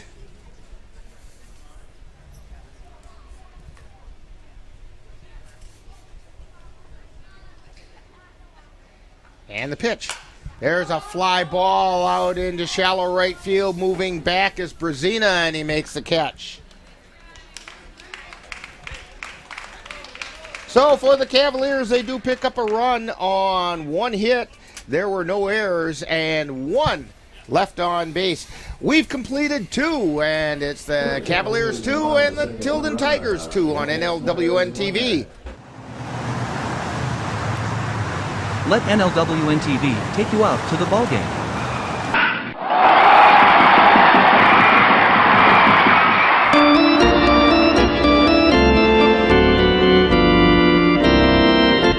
Our next broadcast will be on Wednesday, July 2nd, when we will bring you the Cavaliers taking on the Augusta Athletics from Jan Kruger Memorial Field in Augusta, Wisconsin. Live coverage on NLWN-TV begins with the In the Dugout show at 6:30 p.m. That's Eau Claire Cavalier Baseball on Wednesday, July 2nd on NLWN-TV. Get in touch with the roots of the Chippewa Valley at the Chippewa Valley Museum, located in Eau Claire's Carson Park, with a mission of connecting people to their community and inspire curiosity. From reinventing the Chippewa Valley, a century of change in farm life, the Farmhouse Theater, along with the Wisconsin Logging Museum and Logging Camp. Also, the Chippewa Valley Museum features special temporary exhibits and traveling exhibits, as well as web exhibits. The Chippewa Valley Museum is open Tuesdays through Saturdays. Call for more information at 715-834-7871. And I want to remind you that next Sunday, July 6th, the Chippewa Valley Museum invites you to bring a chair or a blanket. Join them for Music on the Lawn. It's a special program offered by the museum free of charge each Sunday in July. Next Sunday's performer will be the singer-songwriter Andy Hansen. That's from 2 to 3 p.m. at the Chippewa Valley Museum, and it's all free. To take us through the middle innings, here's Jay Fall. Thanks, Rick Olson. And Jordan Steinmetz is at the top of the order and leading off for Tilden in the third. And that ball high for ball 1. Tied at 2 after 2.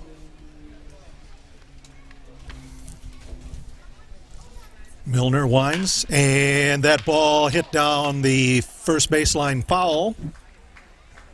for strike one. Been kind of watching the osprey up there. Their nest is looking empty in left center, but there's one that is on the left field pole that seems to turn this way when there's action and turn the other way when there's not. Good air show seat, yep. That one, a strike right down the middle. Like that was all coordinated, too.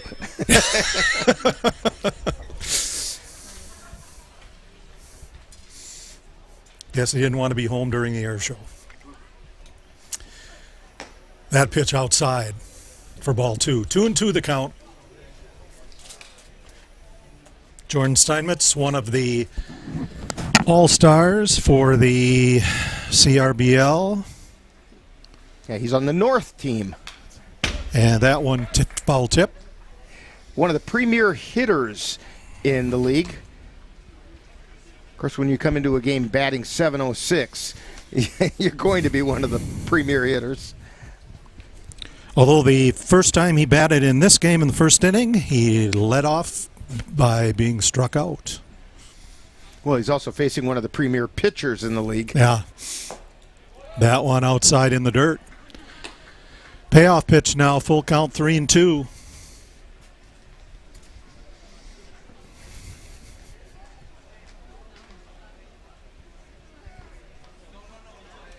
Pitches in, and that one outside and in the dirt, and Steinmetz gets a walk to first.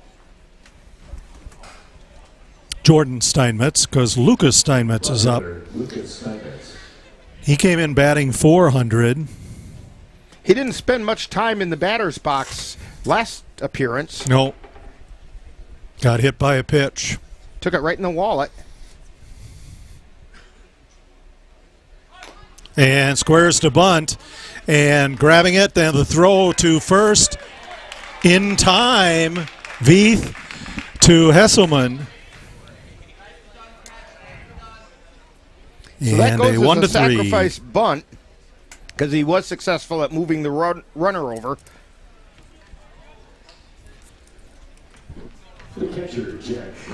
And he almost beat that out. That was such a high hop. Veith had to wait for it to come down. Jack Gorman, the catcher now, the batter for Tilden. Strike on the inside corner. Gorman got on a base hit to left field and then moved to second on an error the last time he was up in the first inning. Gorman, one of the two Tigers to score. And that ball chopped over to third. The throw over to first in time from Bemnister to Hesselman. 5-3. And 2 outs for the Tigers. Coming to bat, Jacob Lacey. He is also a CRBL. There we go. Your second inning, my league initials. You know, when I was a kid, my mother taught me the alphabet. And she never bothered to explain I was going to have to learn them in different orders eventually. Yeah. That ball low for ball one, that pitch.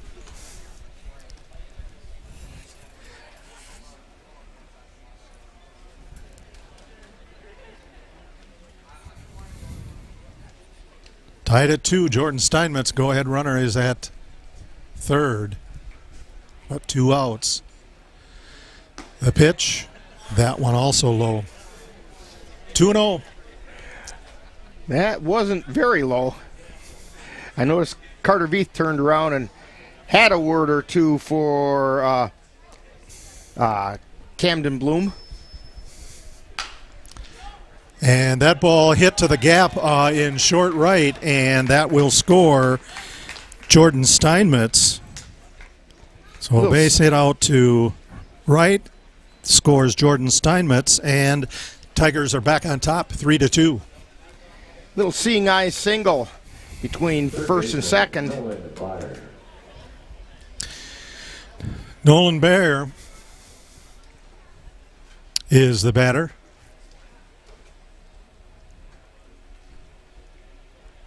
Lacey on first, pitch goes in, that's a strike. Byer flew out to center field his first time up.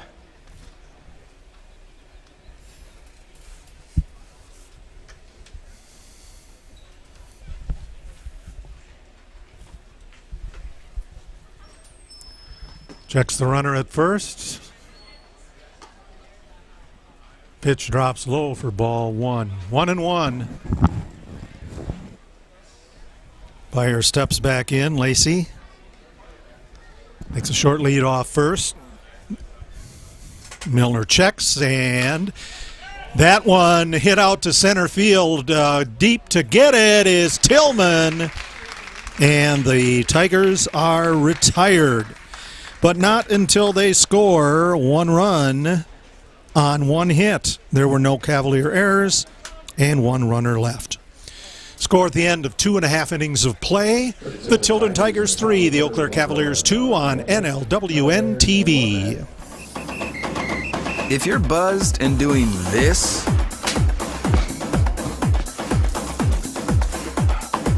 to make yourself feel okay to drive,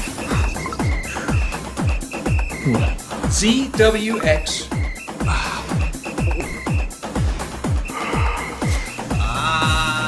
you're not okay to drive.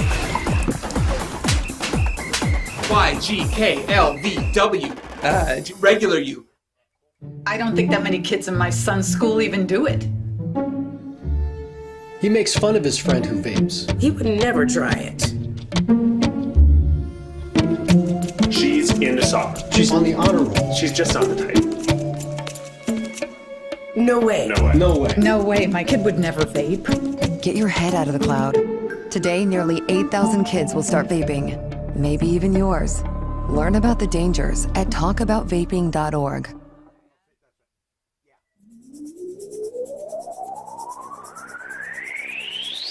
You're tuned to the Northern Light Webcasting Network and NLWN-TV. We use advertising revenue to make this service available to you. If you have a business and would like to get your message out to our ever-increasing audience, give us a call at 715-563-1749. We'll be happy to discuss our budget-friendly advertising packages with you. Get your business noticed on the Northern Light Webcasting Network and NLWN-TV by calling 715-563-1749. Leading off the Cavs' third inning is Carter Veith, the catcher, and he hit a single out to left when he batted in the first. First pitch outside, ball one.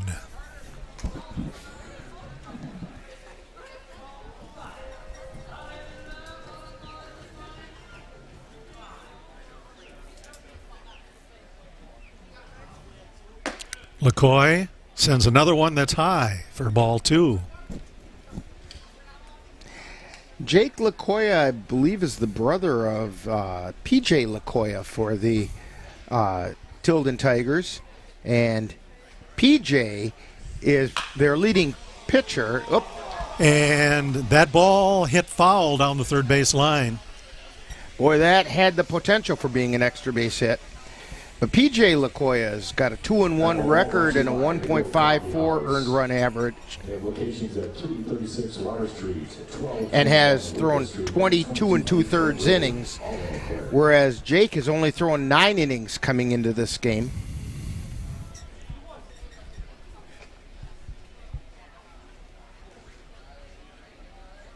In comes the pitch. That ball fouled off the first base side, up over the Tilden dugout.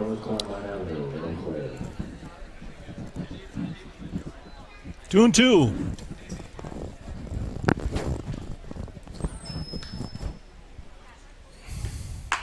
And that ball hit right to shortstop Jordan Steinmetz for the first out.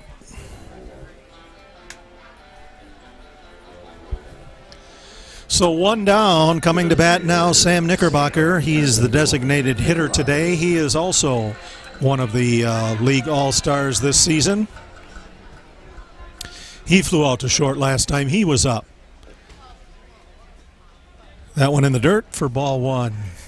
Both his shot and the one just done by Carter Veith both look like they had base hit written all over them, but Steinmetz didn't have to move much and just stuck his glove out and caught it. Next pitch fouled off the third base line into the bleachers. Call 715-868-VOTE for more information. 1-1. Tilden Tigers lead the Cavs 3-2. That pitch comes in. That one hit to short left field, and Steinmetz just misses his glove, and Knickerbocker's on with a nice base hit. Jordan Steinmetz almost robbed him again of a base hit. He went out, laid out for it. It was a nice attempt by Steinmetz. Finally, Sam Knickerbocker took the advice of Wee Willie Keeler and hit it where they ain't. Caden Erickson now at the plate. Caden was hit by a pitch last time he was up. He also took one in the wallet. I think we have a couple wallets full of baseballs here. Yeah, strike one. As you look at that one.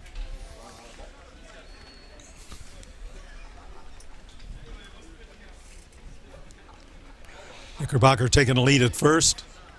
LaCoya, and a hit again to that same spot, short left field, and that will advance Knickerbocker and another in back-to-back base hits. This one for Caden Erickson.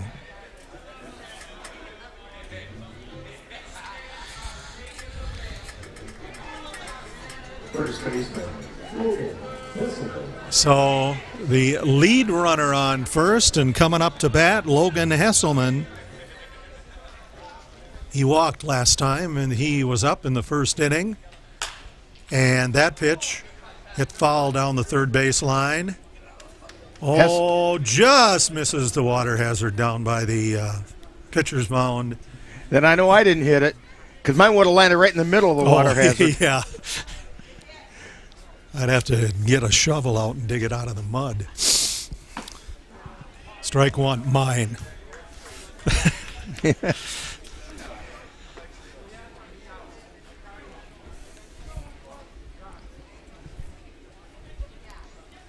Hesselman had an RBI when he was walked in the first inning. Swing and a miss for strikeout and out number 2. Now the batter, Ashton Crowell, also a CRBL All-Star. He struck out last time he was at the plate in the first.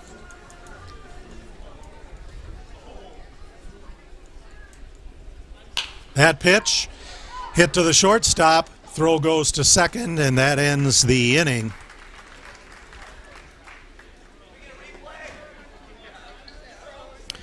So the Cavaliers come up with no runs. There were 2 hits. There were no errors by Tilden. And there were 2 left on base. Score at the end of 3 complete innings of play from Carson Park. The Tilden Tigers 3, the Eau Claire Cavaliers 2 on NLWN-TV.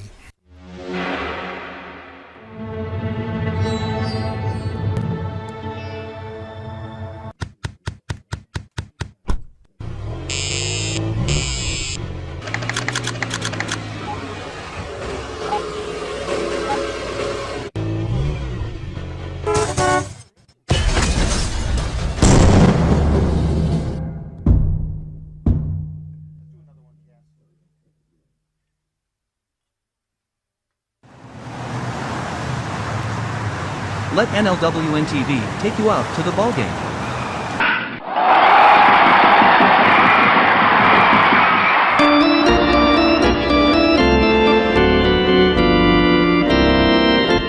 Our next broadcast will be on Wednesday, July 2nd, when we will bring you the Cavaliers taking on the Augusta Athletics from Jan Kruger Memorial Field in Augusta, Wisconsin. Live coverage on NLWN-TV begins with the In the Dugout show at 6:30 p.m. That's Eau Claire Cavalier Baseball on Wednesday, July 2nd on NLWN-TV.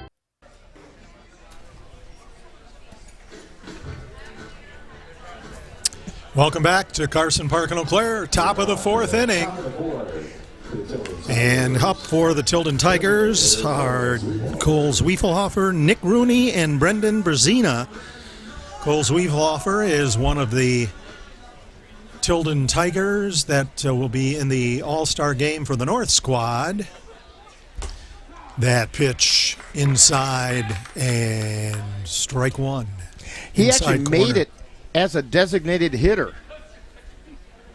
That's kind of unusual, I think. I don't recall seeing it before. That pitch outside for ball one, 1-1. Zwiefelhofer, the last time he was up, was thrown out at first from third.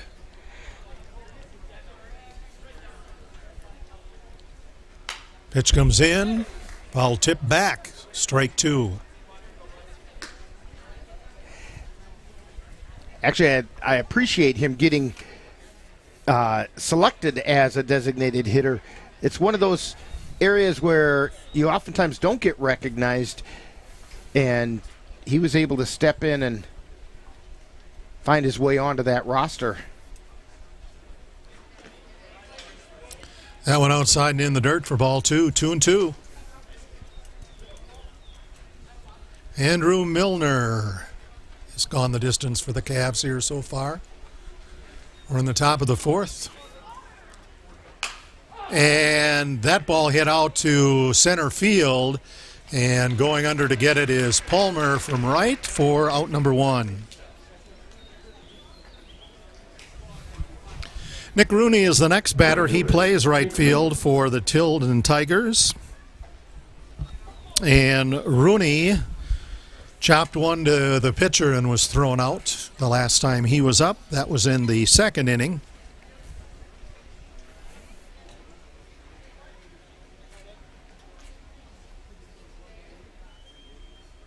In comes the pitch right down the pike for strike one. Off-speed pitch that time by Milner, and it just went right down the middle of Main Street.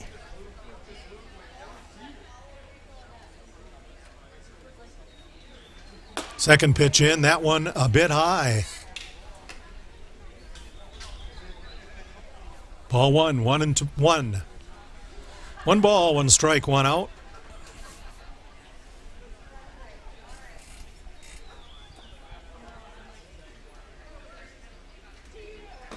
And that one right over the middle for strike two.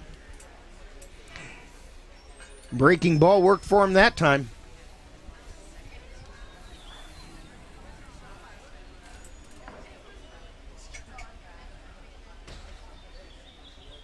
And in comes the pitch. That one fouled. 1-2 the count. So Rooney holding tough with that foul tip. Fouled it straight into the ground. Milner set, throws. Appeal down to first, he says no. Check swing, so it's 2-2.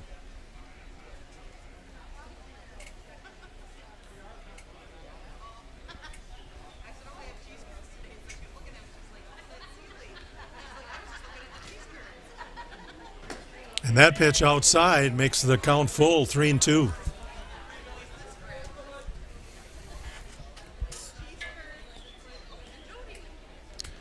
Rooney came into today batting .273.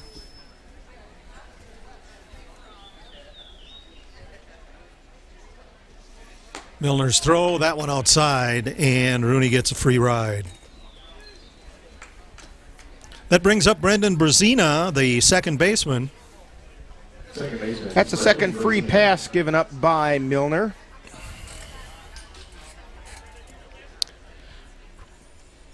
Brzezina, thrown out at first from third last time he was up, hits the ball in the same place. That one rolls out into left field for a base hit.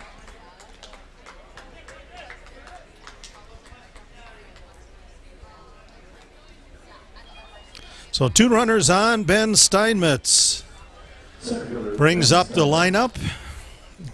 He's in center field. He struck out last time he batted in the second inning.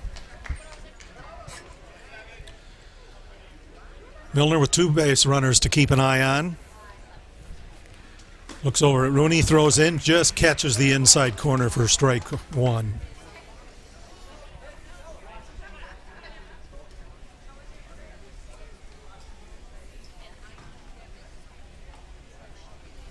Milner checks Rooney at second. Wind up in the pitch. That one out to shortstop, the throw to first. And it was not in time. Well, it was there, but it pulled Hesselman off the bag, but he missed the tag as he went by. And they did charge an error on the throw.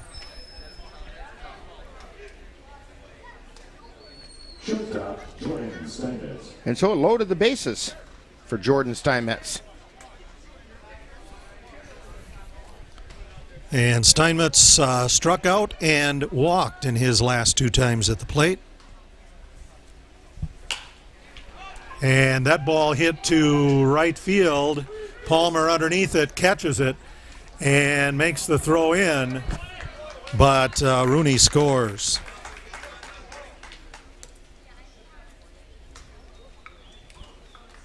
So that goes as a sacrifice fly to Steinmetz. And puts runners on the corners. And Lucas Steinmetz, the left fielder, will now be up. He was hit by a pitch and had a sac bunt in the third. And runner going, and throw to second, not in time, and the runner is safe. So Brazina scores. So they work the double steal to perfection.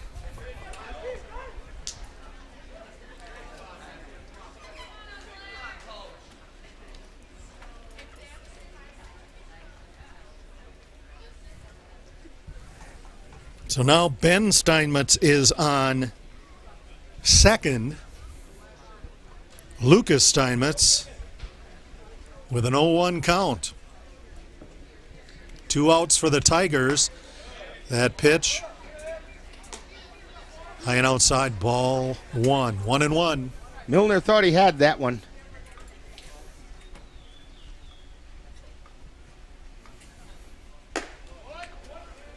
And he kind of thought he had that one too. Yeah, 2-1.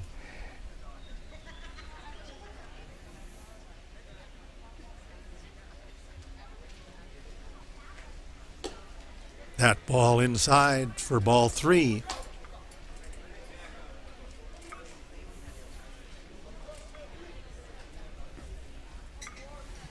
So Ben Steinmetz on second. Milner checks him. The throw in, and it is a walk for Lucas Steinmetz.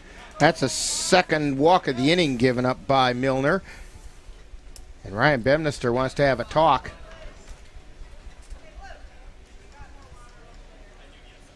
I think this is more just to calm Milner down a little bit because he was a little frustrated after missing a couple of pitches and wants to make sure everybody's focusing because they don't want to dig that hole any deeper.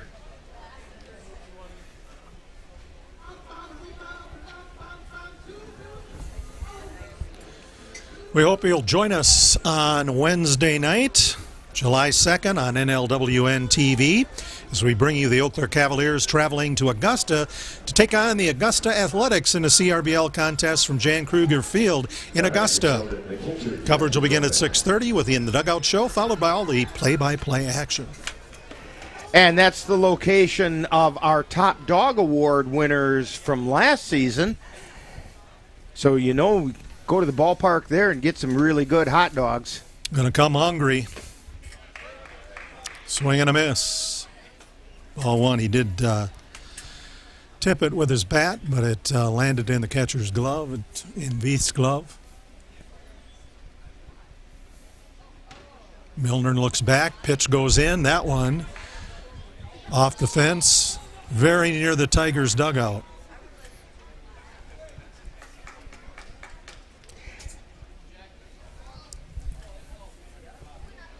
Jack Gorman is 1 for 2.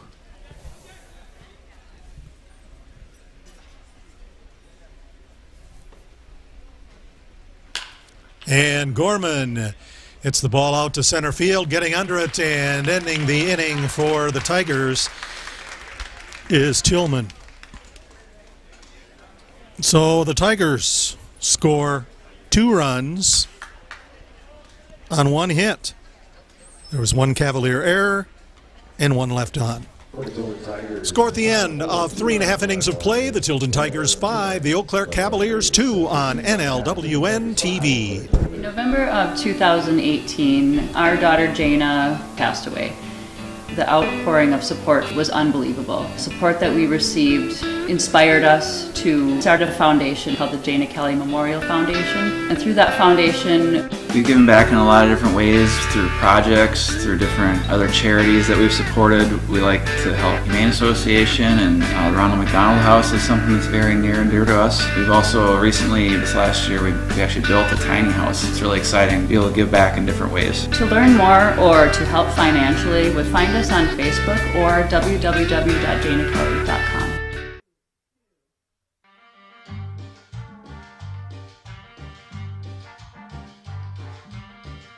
Adding your own flavor to fashion comes with age. Okay, Dad, look at you. Yeah, welcome. Hi. Forgetting how to add doesn't. Finding it difficult to work with numbers may be a sign of Alzheimer's. Dad, are you okay? An early diagnosis can help improve the quality of life for your loved one. Learn the warning signs of Alzheimer's. Some things come with age, some others don't. The Eau Claire Cavaliers would like to take veterans out to the ball game. That's right. As a thank you for your service, any veteran of the United States military can receive a lifetime pass for free admission to all Cavalier home games. Just come to Carson Park with your veteran identification, and the Cavaliers will issue you a free lifetime pass to all Cavalier home games. That's just the Cavaliers' way of saying thank you for your service. New pitcher on the mound for the Tilden Tigers is Caleb Moss. And he's got an 0-1 record with a 5.00 earned run average. But he's only thrown 1 inning so far this season. So he's going to get some experience here as the Cavaliers come to bat in the 4th inning. Riley Gopinski, second baseman, is up, and he walked the last time he was at bat. And that one down the middle for strike 1. So it really wasn't at bat. He walked. That pitch high. The numbers for Jake McCoy, he went 3 innings, gave up 2 runs, both of which were earned on 5 hits, walked 2, and struck out 4.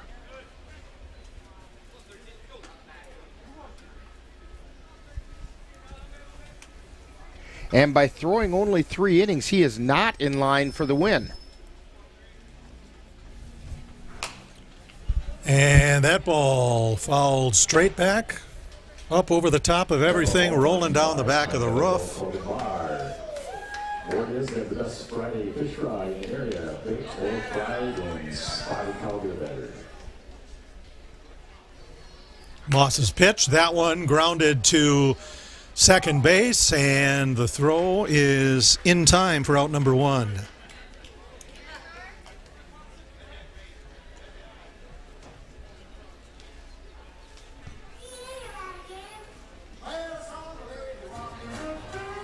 The extra hitter, Carson. And now the extra hitter, Carson Windishausen, flew out to right field in the 2nd inning when he was up last. When you hit it to right, he hit it about as far to right as you can, or to the deepest part of right field. Had he set it a little further down the line, he'd have been rounding the bases. Moss's pitch, that one high for ball 2. 2-0 the count.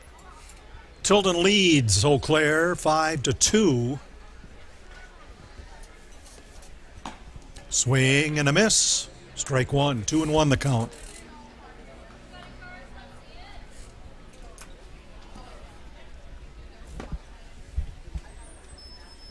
Moss takes a sign, sends it in. That inside pitch hit near the. Now that was a skillful shot. Yeah, because that one edged. He bounced off the fence, and it landed just beyond the pond. It just kind of skirted around there on the dry land. In by the Cavs bullpen. Full count, 3-2. It's a guy I want on my team playing mini golf.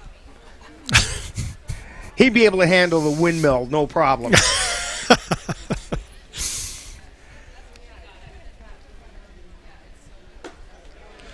And that one is a ball, and Windenhausen gets a walk.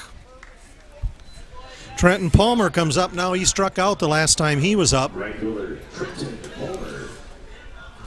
Palmer playing right field. Windeshausen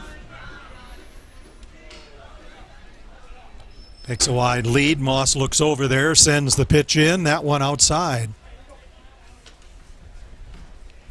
Caleb Moss, a different look for the Cavaliers.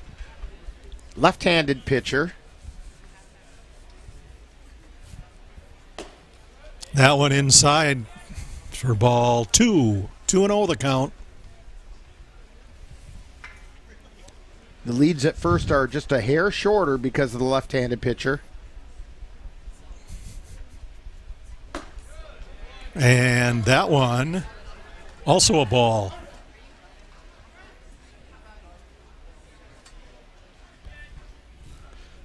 Moss checks Windeshausen over at first. 3-0 pitch. And that one caught him on the wrist.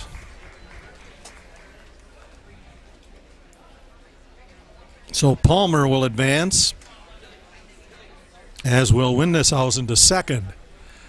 So the Cavs, runners on first and second. And we'll have a little conference out at the mound. Jack Gorman.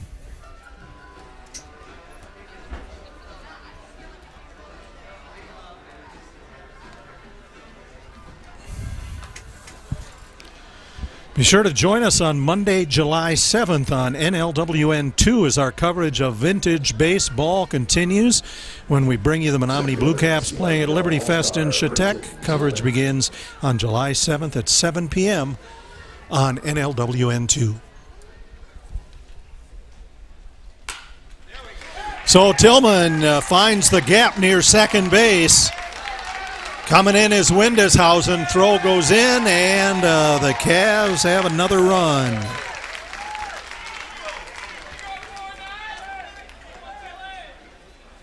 That's the second RBI for Brayton Tillman.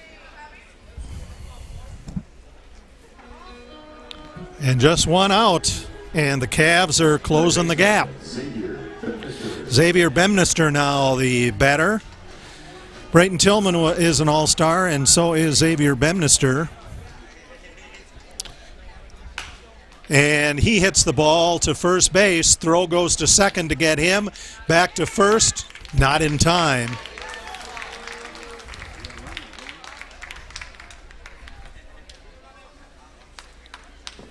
So he does get an RBI. Yep. He's on a fielder's choice. It's 3-6 fielder's choice as Tillman was out at second. But it did drive Trenton Palmer into score. So our score is 5-4. Tying run on first. Carter Veith, the batter, the catcher. Check to first, pitch comes in, swing and a miss for a strike. 1-1.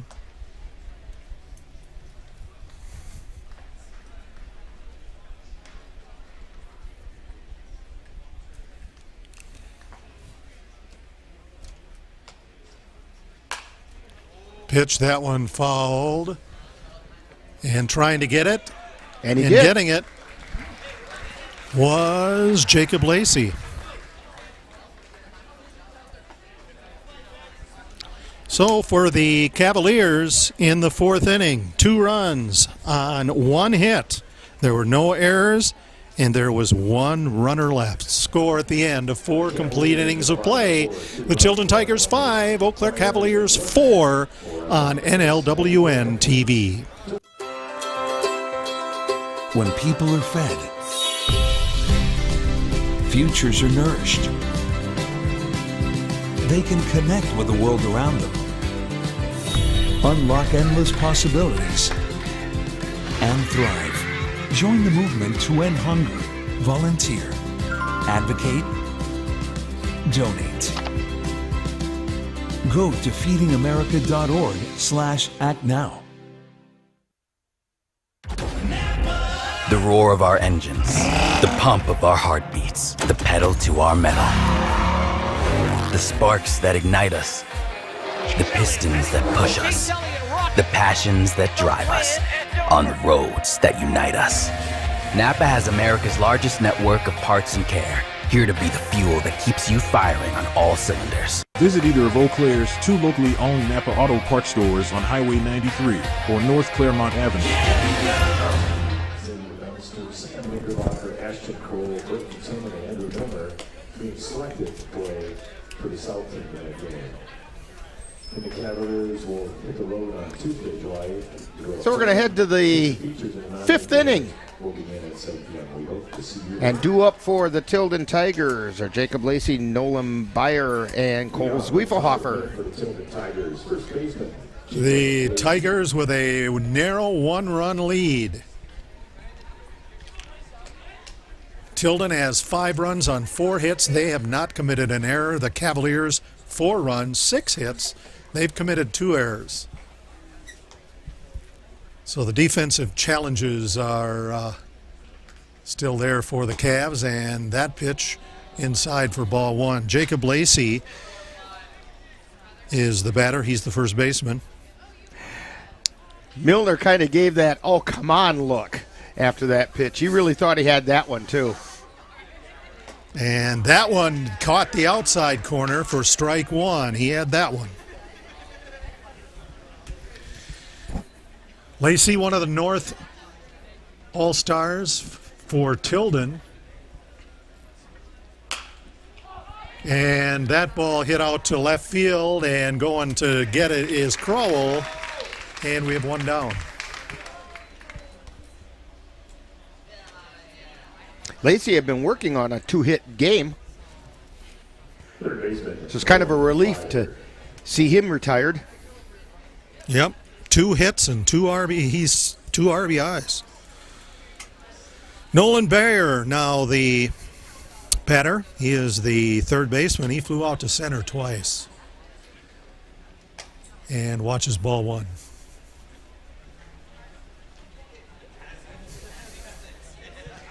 Nolan Beyer's been consistent. A couple fly balls to center field. And another one. Yep. Out to left center. Tillman back under it and makes the catch. 2 up, 2 down for Tilden. Cole Zwiefelhofer, the designated hitter and a North All-Star, the batter. He was thrown out at first and flew to right. Flew out to right. All the flying today, I better make that clear. That pitch outside, ball 1. Yeah, he would have to get clearance from the control tower otherwise if he was going to actually fly. Yeah, exactly, yes. With all the traffic in the area yes, today. Yes, and I'm sure it's limited.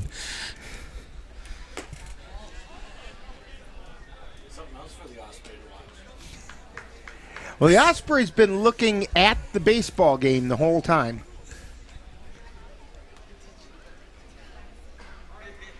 And that pitch inside, ball 3, 3-0 the count. He's sitting up on that pole that's the first pole to the left of where their nest is, and he's been sitting there stoically looking at the ball game the whole game. And that one a strike down the middle. 3-1 the count.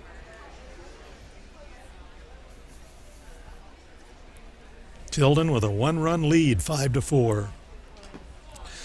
That one bounces short of the plate, and that is a walk for Zwiefelhofer.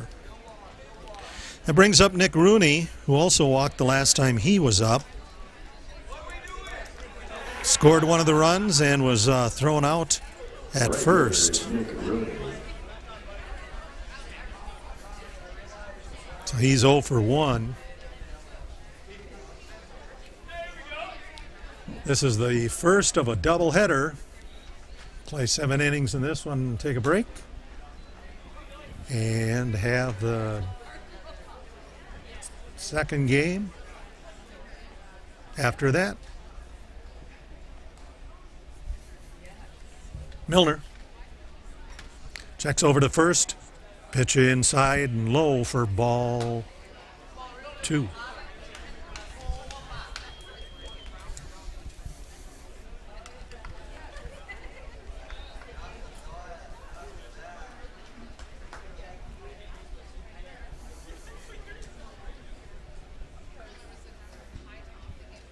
In comes the pitch. That one fouled off the first base side. Aiden Ecker heading down to the Cavalier bullpen to start loosening up a little bit.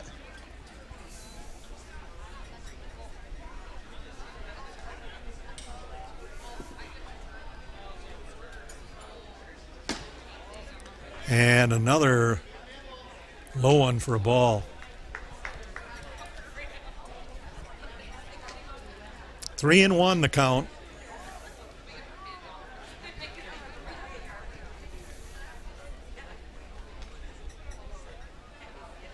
The pitch, and that one hit out to left field. Kroll back on the warning track, and did he get it? He held on, and he held on. Oh, he hit the fence. He hit the fence, but I thought he held on to the ball. But evidently not. No. Yes, they say Billy McKnight says he caught the ball. Now he's still down, and the Cavs are heading out there to check on Ashton Kroll.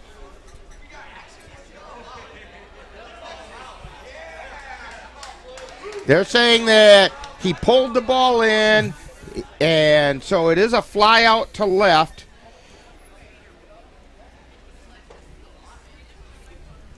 And but Kroll they're not getting up.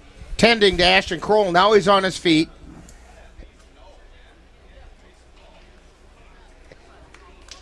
And so that's going to do it with a nice round of applause for Ashton Kroll. So, yeah, there are no runs on no hits, no Cavalier errors, and no base runners. Score at the end of 4.5 innings of play. Tilden Tigers 5, Eau Claire Cavaliers 4 on NLWN-TV.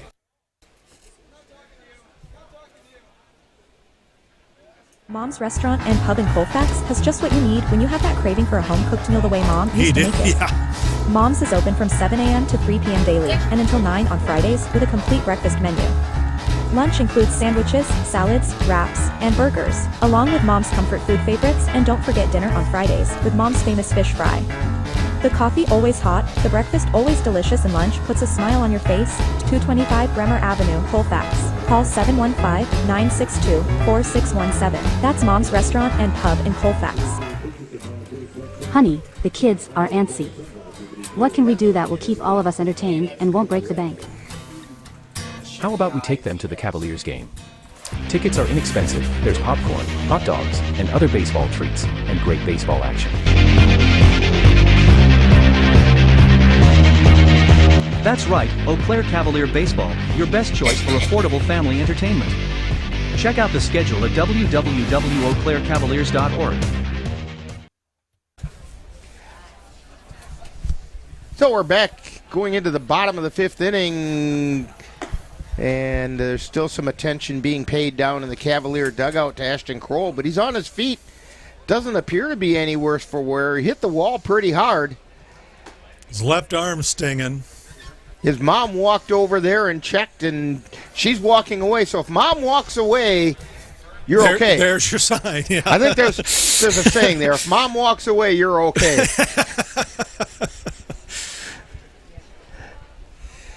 And Billy McKnight having some conversations still. Now they have broken up with the Tigers.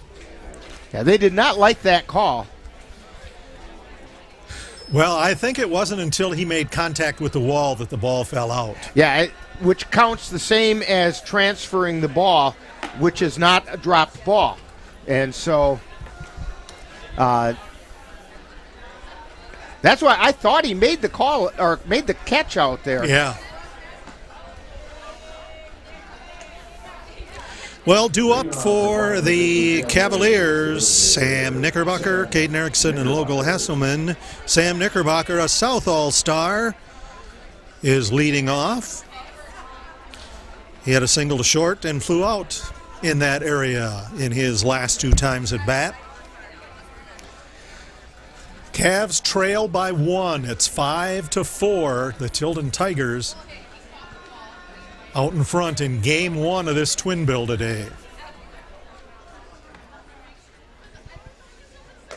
That pitch caught the outside corner for strike 1. That was a good-looking breaking ball. Just caught that front corner.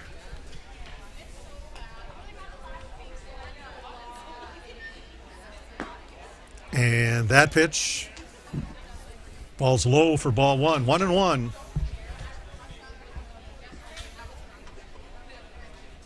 Cavs are on the road Wednesday at Augusta. That one outside, ball 2. You can see that game here on NLWN-TV. It's Wednesday night. We'll be at Jan Kruger Field. Cavs are playing the Augusta Athletics. That one low as well, ball 3, 3-1. Coverage starts at 6:30 with the In the Dugout show, and it'll be followed by all the play-by-play action right here. That one just catches the corner outside for strike 2, and we have a full count. Sam Knickerbocker didn't like that call. No. He was kind of stunned by that one. And that one caught the corner again. And Knickerbocker strikes out. Caden Erickson comes up. And manager Ryan Bemnister had a few words for Camden Bloom about where he thought the strike zone should have been. That one fouled back into the pines off the first base line.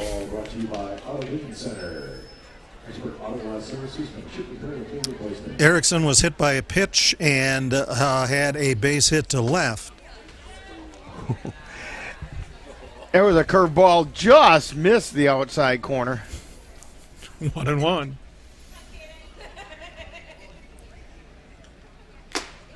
Swing and a miss. Strike 2. 1-2 the count for Caden Erickson, the shortstop.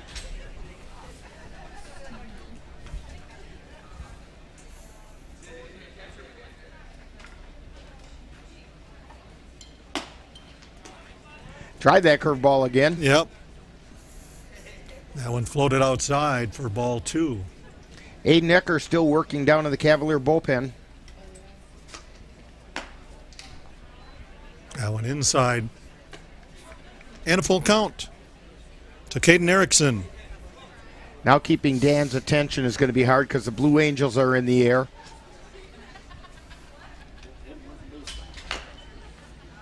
And that one chopped foul on the third base side.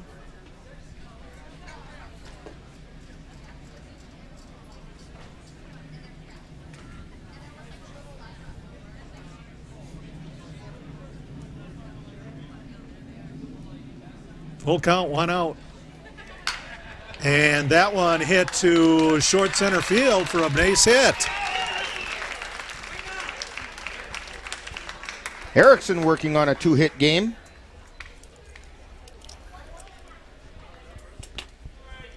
And so that brings up Logan Hesselman, the first baseman. He walked and struck out.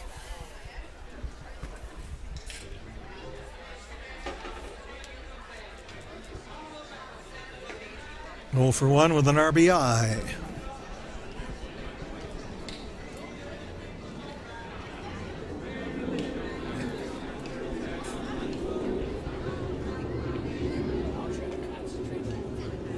Dan says he'll try to concentrate on the game.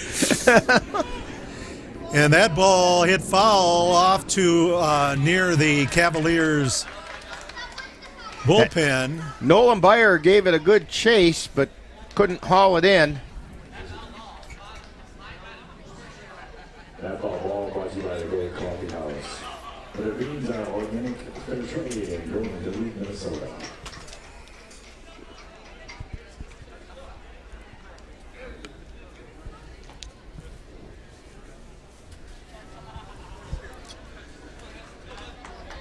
On 1, 1 out. Erickson on first. He's checked, pitch way outside.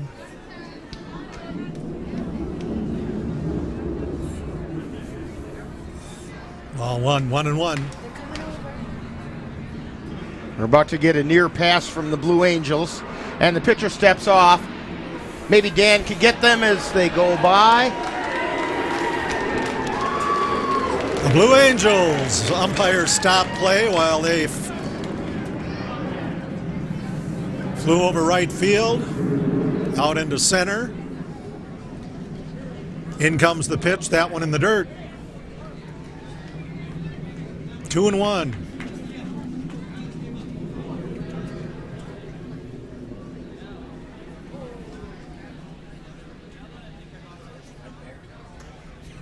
Dan wants to know where the Red Baron is.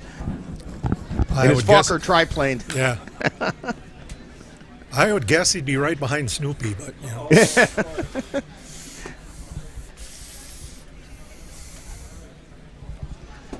So back to the business at hand here. 2-2. 1 out.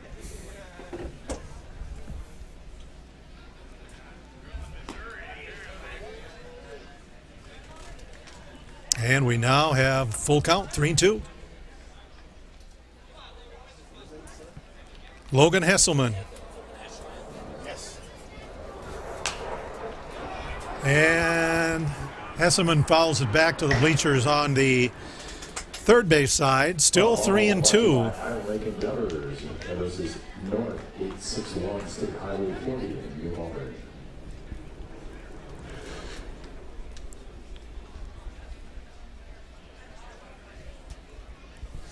Moss checks first. In comes the pitch. That one outside. Free base for Logan Hesselman. Runners on first and second. 1 out. And Ashton Kroll coming up. That's the second walk given up by Moss.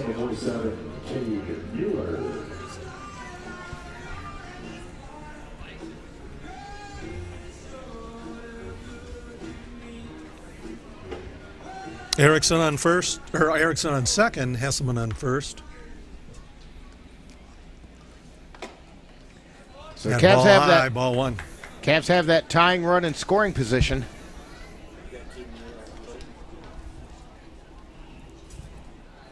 No, Ashton Kroll's at the plate. Nope, Cade Mueller's at the plate. He's in for Kroll. After Kroll took that hard shot into the left field fence.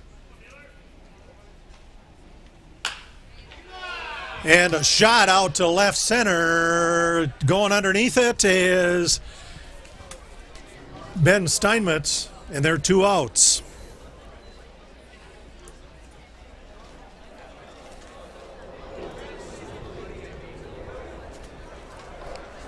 So Riley Kopinski steps in now. He's the second baseman. He walked and was thrown out at first. Cassie, put a leash on Dan. He keeps running out the back door to look at the Jets flying by.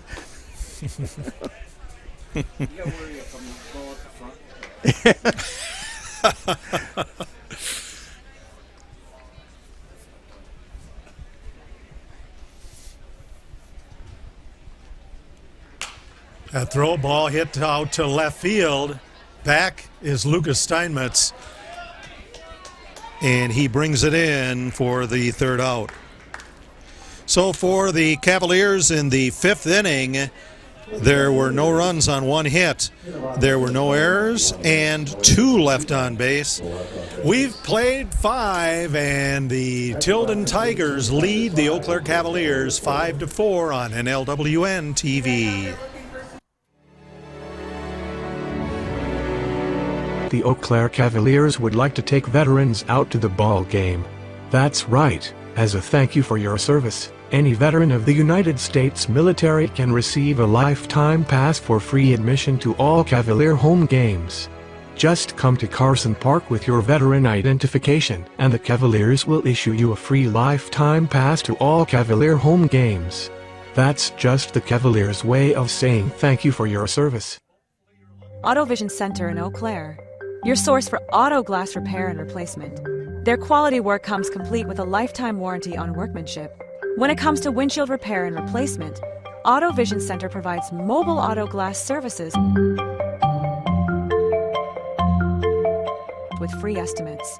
So if your windshield needs help, call Auto Vision Center today. That's Auto Vision Center at 1631 North Claremont in Eau Claire. Call 715-834-5277. We have a new pitcher on the mound for the Cavaliers, Aiden Ecker.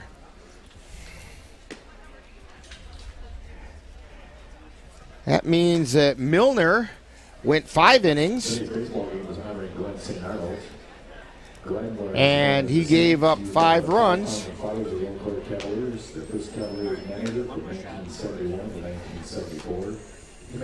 And we're going to, well, we're still waiting for things to happen. Dan's going to try and get another shot here of the Blue Angels as they're coming by.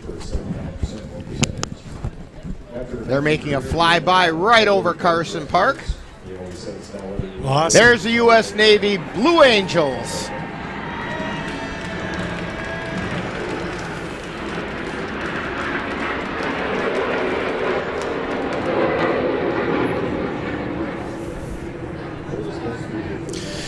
And take us the rest of the way, Rick Olson. Thank you, Jay. Brendan Brzezina is at the plate for the Tilden Tigers, and the first pitch to Brzezina is swung on foul back. Strike 1.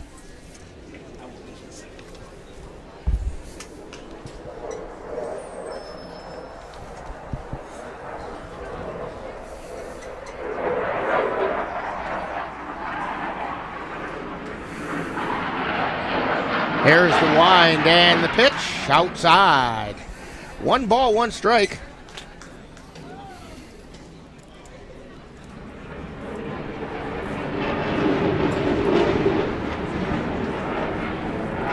That pitch is inside. 2-1.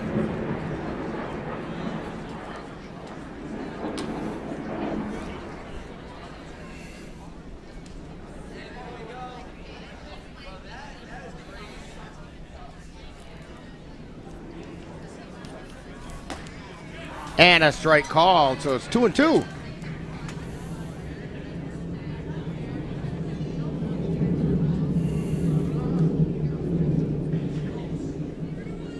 And the 2-2 pitch is down low for ball 3.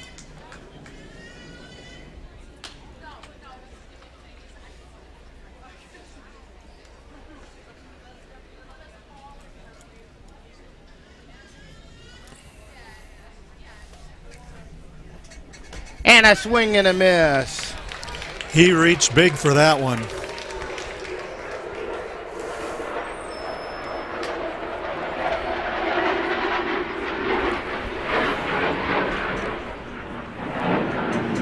So that's going to bring up Ben Steinmetz.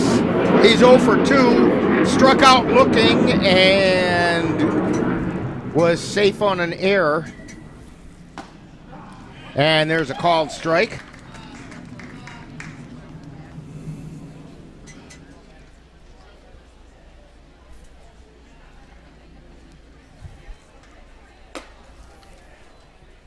And that pitch missed. 1 ball, 1 strike. The numbers for Milner, he went 5 innings, gave up 5 runs, 3 of which were earned on 4 hits. He walked 4 and struck out 2. It's now 2-1 to Ben Steinmetz.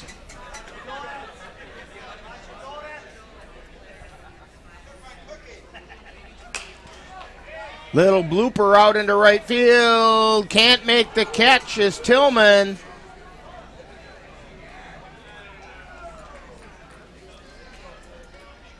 He made a nice attempt at it, but couldn't come up with it. And Steinmetz is on with a base hit.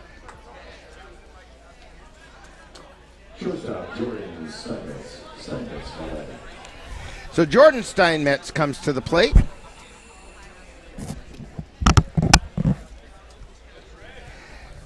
Jordan Steinmetz is 0 for 1. He also walked and hit a sacrifice fly, lays down a bunt, and he's going to beat that out.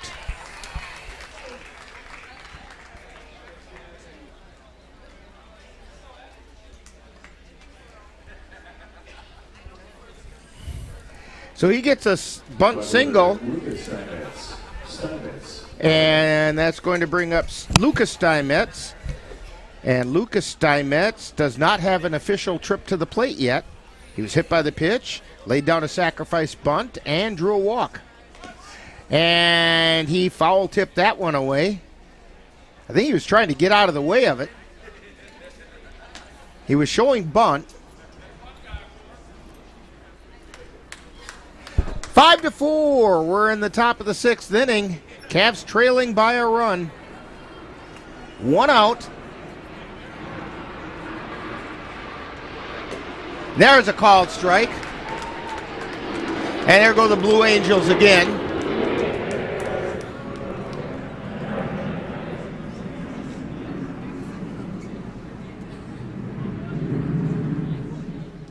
And the pitch. That's high for a ball. A ball and 2 strikes.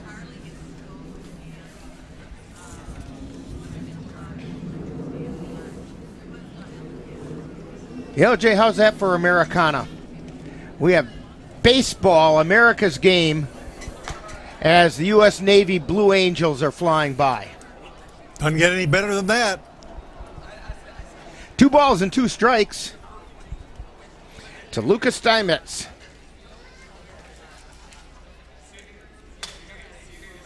And there's a high hopper over to short. Throw to first. It's not in time. And the bases are loaded. That was a high hopper that no matter what Erickson did, he wasn't going to get him.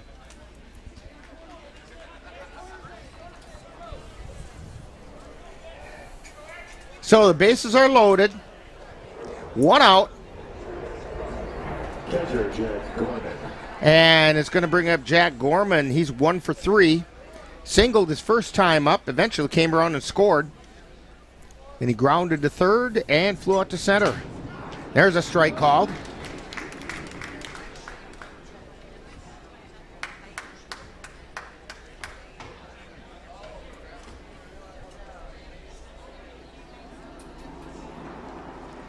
And a swing and a miss. No balls, 2 strikes.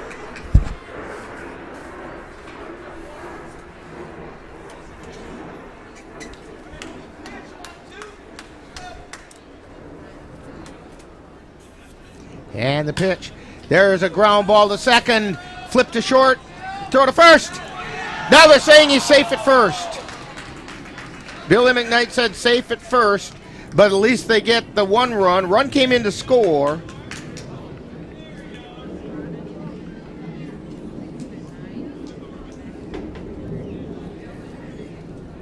As Ben Steinmetz came in to score. First baseman Jacob Lacey, LA. Or check that. No, he didn't. He's on third. So just move the runner over. Up. Now they've got the run up there. There's a foul back right in front of us. So that would have been Ben Steinmetz coming in to score. That's right, because Jordan Steinmetz is on third, and Lucas Steinmetz is the one who was out at second.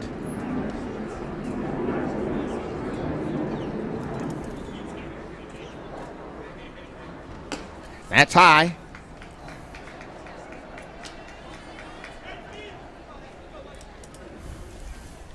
This is Jacob Lacey at the plate.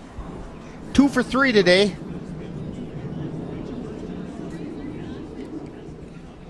And the pitch. Fly ball out to center field. Tillman ranging underneath. He reaches up, makes the catch, and we're out of the inning. So for the Tilden Tigers, they did pick up a run on 3 hits. There were no errors, and 2 were left on base. We've played 5.5, and it's Tilden 6 and the Cavaliers 4 on NLWN-TV. If your estate isn't looking quite estate-like, let Midwest Environmental Consultants landscape your estate right up to snuff with installation of retaining walls, brick patios, foundation planting beds, and so much more. Then they'll keep it that way with their expert lawn care service. Call Midwest Environmental Consultants at 608-468-2067. Let Midwest Environmental Consultants help make your estate the showplace of the neighborhood. Can't believe you're doing this alone. I've done it before. I remember. You threw your back out. How you holding up? Hand me that board. Nothing wrong with getting help. I'm good. I did it when Felicia left. I'll figure it out. I know you will, but you don't have to do it alone. That's all I'm saying. If I promise to look into it, will you drop it and help me build this fence? Now you need my help. It can be a real pain sometimes, you know that? Mm-hmm. If you or a veteran you know needs support, don't wait. Reach out. Find resources at va.gov/reach.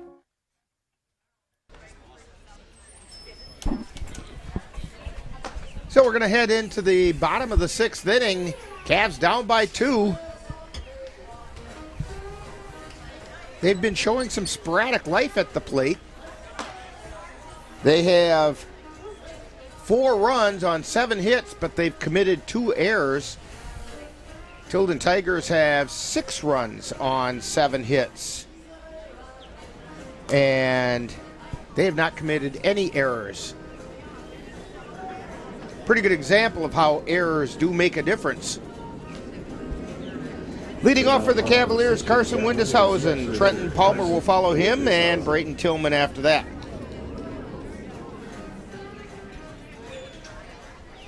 Windeshausen is 0 for 1. He flew out to right. He also drew a walk, came around and scored. That pitch is low and inside. It got away from Gorman.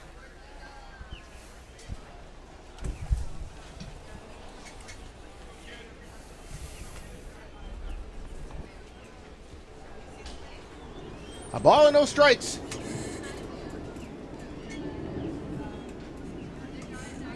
And the pitch. Foul ball straight back. And making the catch is Gorman.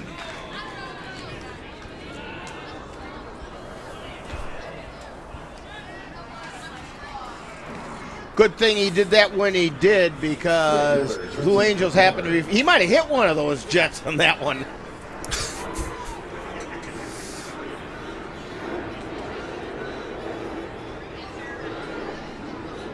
I'm looking up in the osprey nest, and the chicks are up there watching now.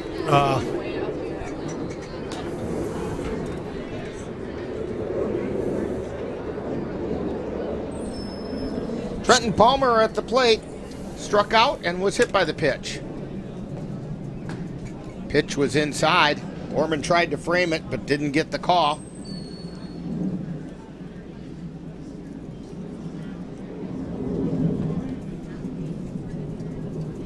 Here's the pitch. Swung on a miss. 1 ball, 2 strikes.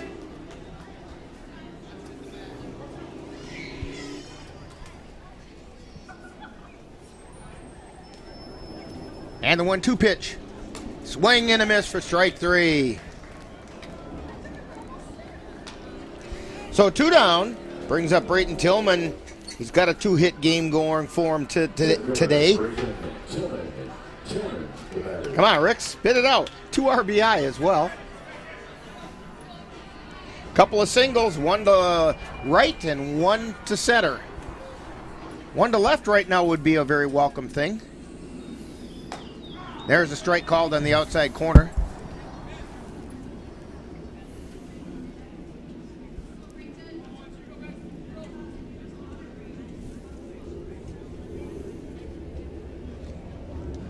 And there's a shot over to second, scooped up, throw to first. It's in time. So Tillman grounds out second to first, and the Cavs go down in order. No runs, no hits, no errors. Nobody left on base. We've played 6. 1 inning left. And it's the Tilden Tigers 6, Cavaliers 4 on NLWN-TV. Get in touch with the roots of the Chippewa Valley at the Chippewa Valley Museum. Located in Eau Claire's Carson Park, with a mission of connecting people to their community and inspire curiosity. From reinventing the Chippewa Valley, a century of change in farm life, the Farmhouse Theater, along with the Wisconsin Logging Museum and Logging Camp.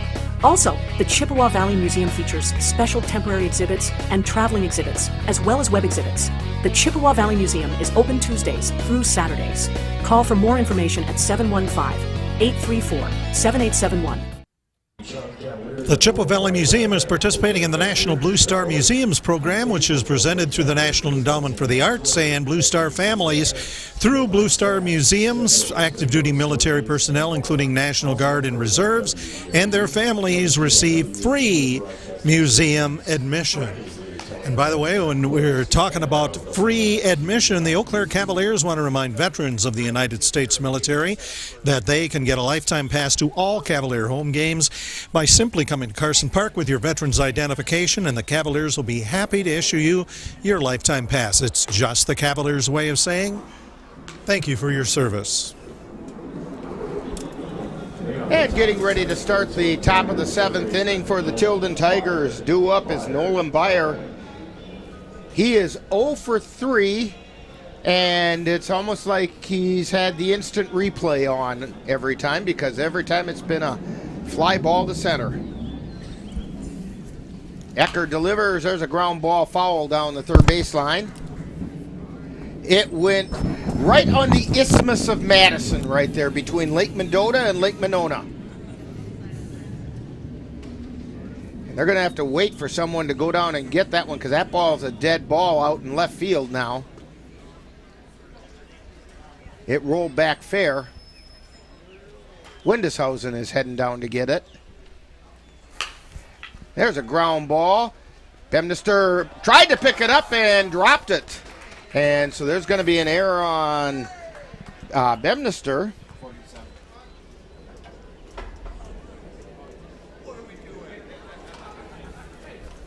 Designated hitter Cole Sweetwater.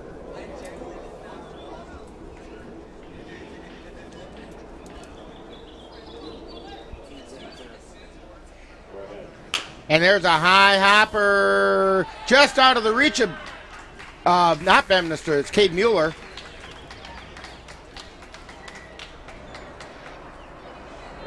Erickson made the play behind, but it's going to be a base hit.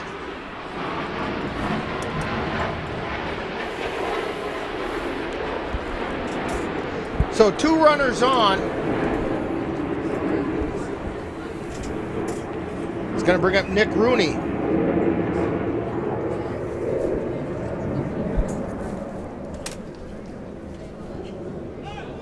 Shows bunt. Offers. But didn't get anything. Runners held. No balls and a strike.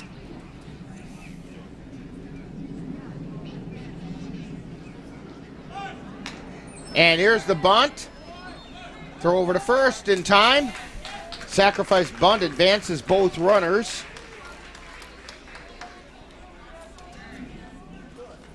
Pitcher to first. So 1 down, runners at second and third.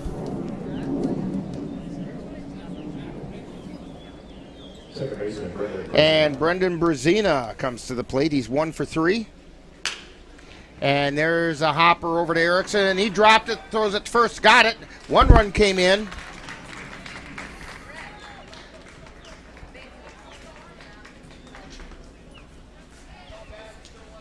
So Nolan Byer came in to score. Center fielder Ben Steinmetz. Steinmetz, not bad.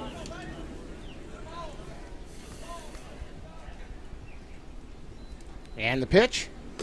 Strike called on the inside corner to Ben Steinmetz. 1 for 3. singled his last time up, came around and scored. Got on an error and struck out looking. There's a pop fly out into right field. Palmer moves over and makes a catch.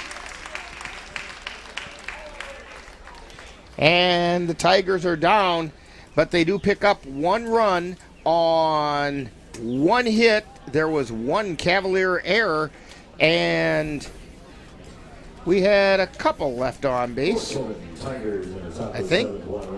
Just maybe 1. But at any rate, we have, now 2 are left on. So, we've played 6.5.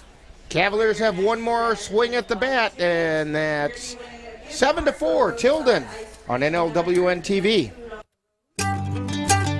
NLWN-2 invites you to join us in our time machine and journey back to the 1860s for some vintage baseball with the Menominee Blue Caps.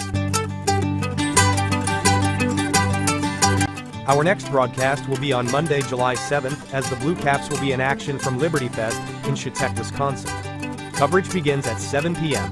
That's Vintage Baseball, Monday, July 7th, on NLWN-2. NLWN-2 invites you to join us in our time machine and journey back to the 1860s. I'm Chris Jakimick. I served in the United States Air Force and I deployed 3 times. So in 2017, I was serving as an Air Force First Sergeant. Our motto in that role is "My job is people, everyone is my business." But unfortunately in that year, I would lose my own brother, Lance Corporal Adam Jakimick, to suicide. The majority of veteran suicides are from guns. I store my weapons securely, not only for myself, but for my family. My service never stops. All right, here we go. Bottom of the 7th inning. Cavs trailing by 3, 7-4. Due up for the Cavaliers: Xavier Bedminster, Carter Veith, and Sam Knickerbocker. Bedminster is 1 for 3. And he looks at one inside for a ball.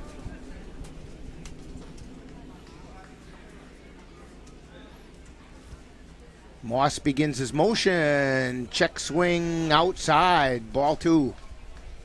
Cavs need some base runners. Need to score 3. 4 would be even better. Here's the pitch. Strike called on the inside corner.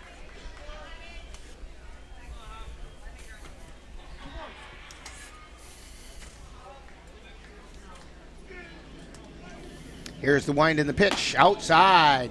3 balls and a strike. Hitter's pitch coming up for Xavier Bedminster.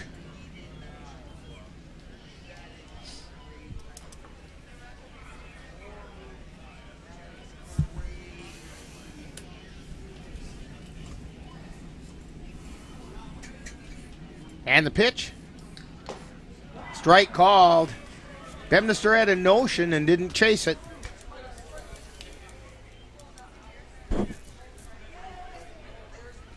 And the payoff pitch. Short little looper out into right field, falls in for the base hit. And Xavier Bedminster has a 2-hit day going. Little Texas League single that time by Bedminster is going to bring up Carter Veith. Veith is 1 for 3. Single to left. Then he lined to the shortstop that basically robbed him of a base hit and fouled out to the first baseman.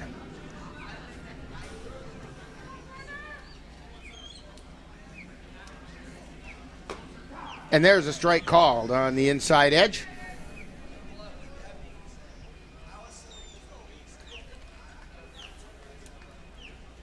Bedminster with his lead at first. Moss delivers. Fly ball out into center field. Coming on and making the catch is Lucas Steinmetz. So 1 away brings up Sam Knickerbocker. Knickerbocker's 1 for 3. He singled to left. He also lined to short and struck out looking. A couple pitches he was pretty surprised by.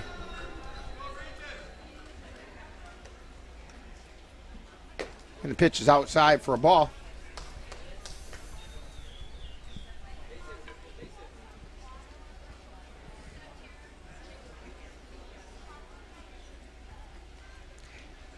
And another one low and away.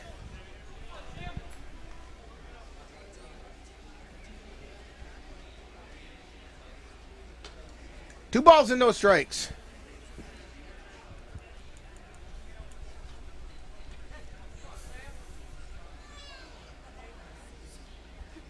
And the pitch.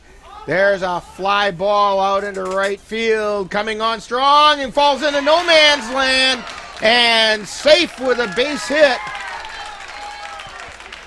I think the Blue Angels had to alter their course on that one because it was right up in their flight path. But it fell right in between Ben Steinmetz, Nick Rooney, and Brendan Brzezina.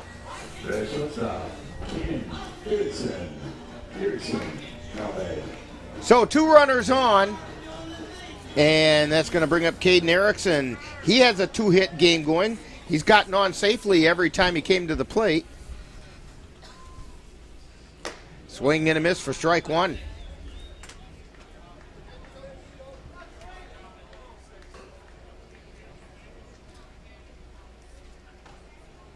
Moss at the belt, looks over at second and delivers. There's a ground ball over to short.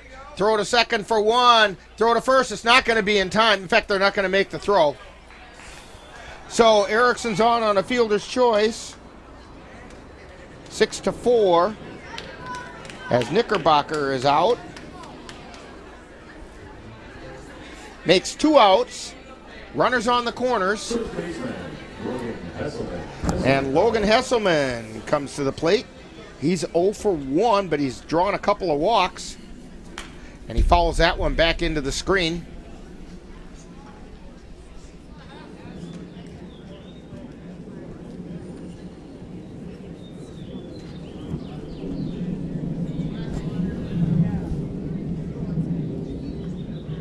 And the pitch. And that got him right on the number 0 on his back. And the bases are loaded. Tying runs on first.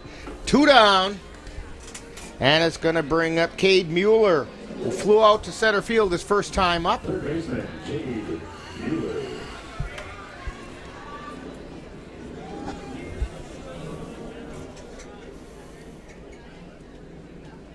And the pitch.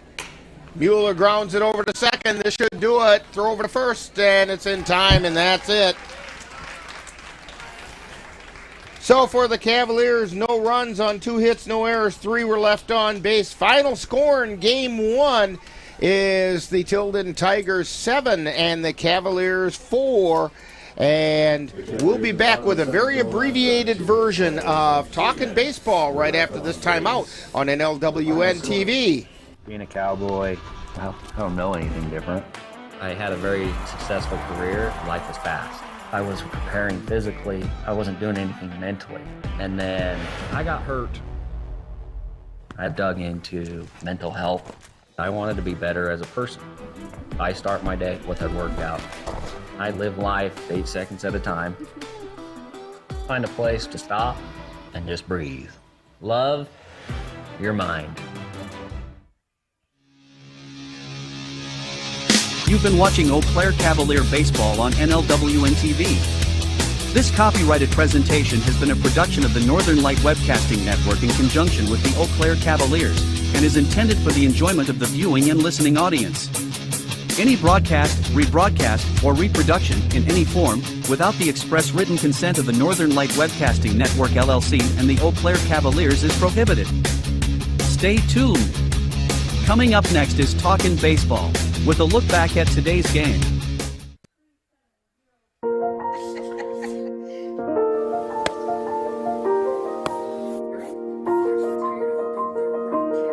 Hey, honey. We thought we'd try something new. Family art hour. What do you think? You got jokes. You're funny. Learn about adopting a teen from foster care. You can't imagine the reward.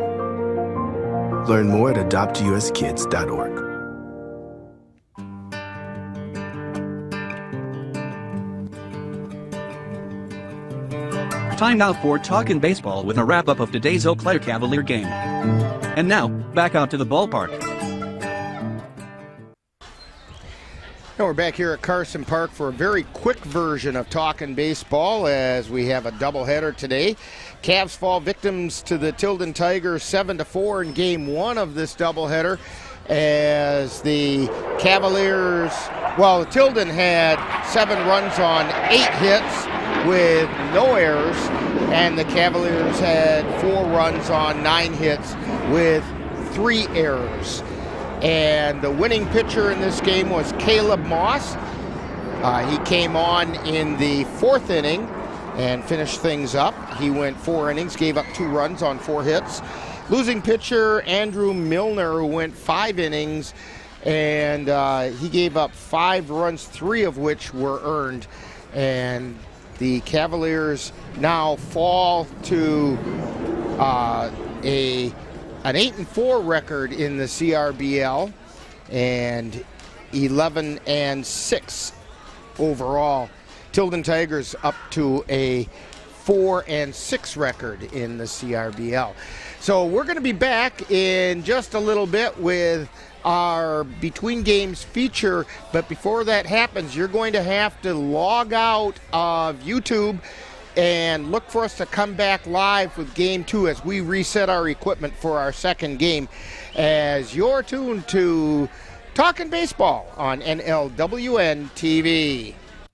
You have been tuned to Talkin' Baseball with a wrap-up of today's Eau Claire Cavalier baseball game. This has been a presentation of NLWN-TV. The Northern Light Webcasting Network and NLWN-TV will now have to leave the air briefly so we can reset our equipment to bring you Game 2 of today's doubleheader. Please close out of our channel on YouTube and come back in a few moments when you see that Game 2 is available. This is NLWN-TV. Make sure you come back real soon.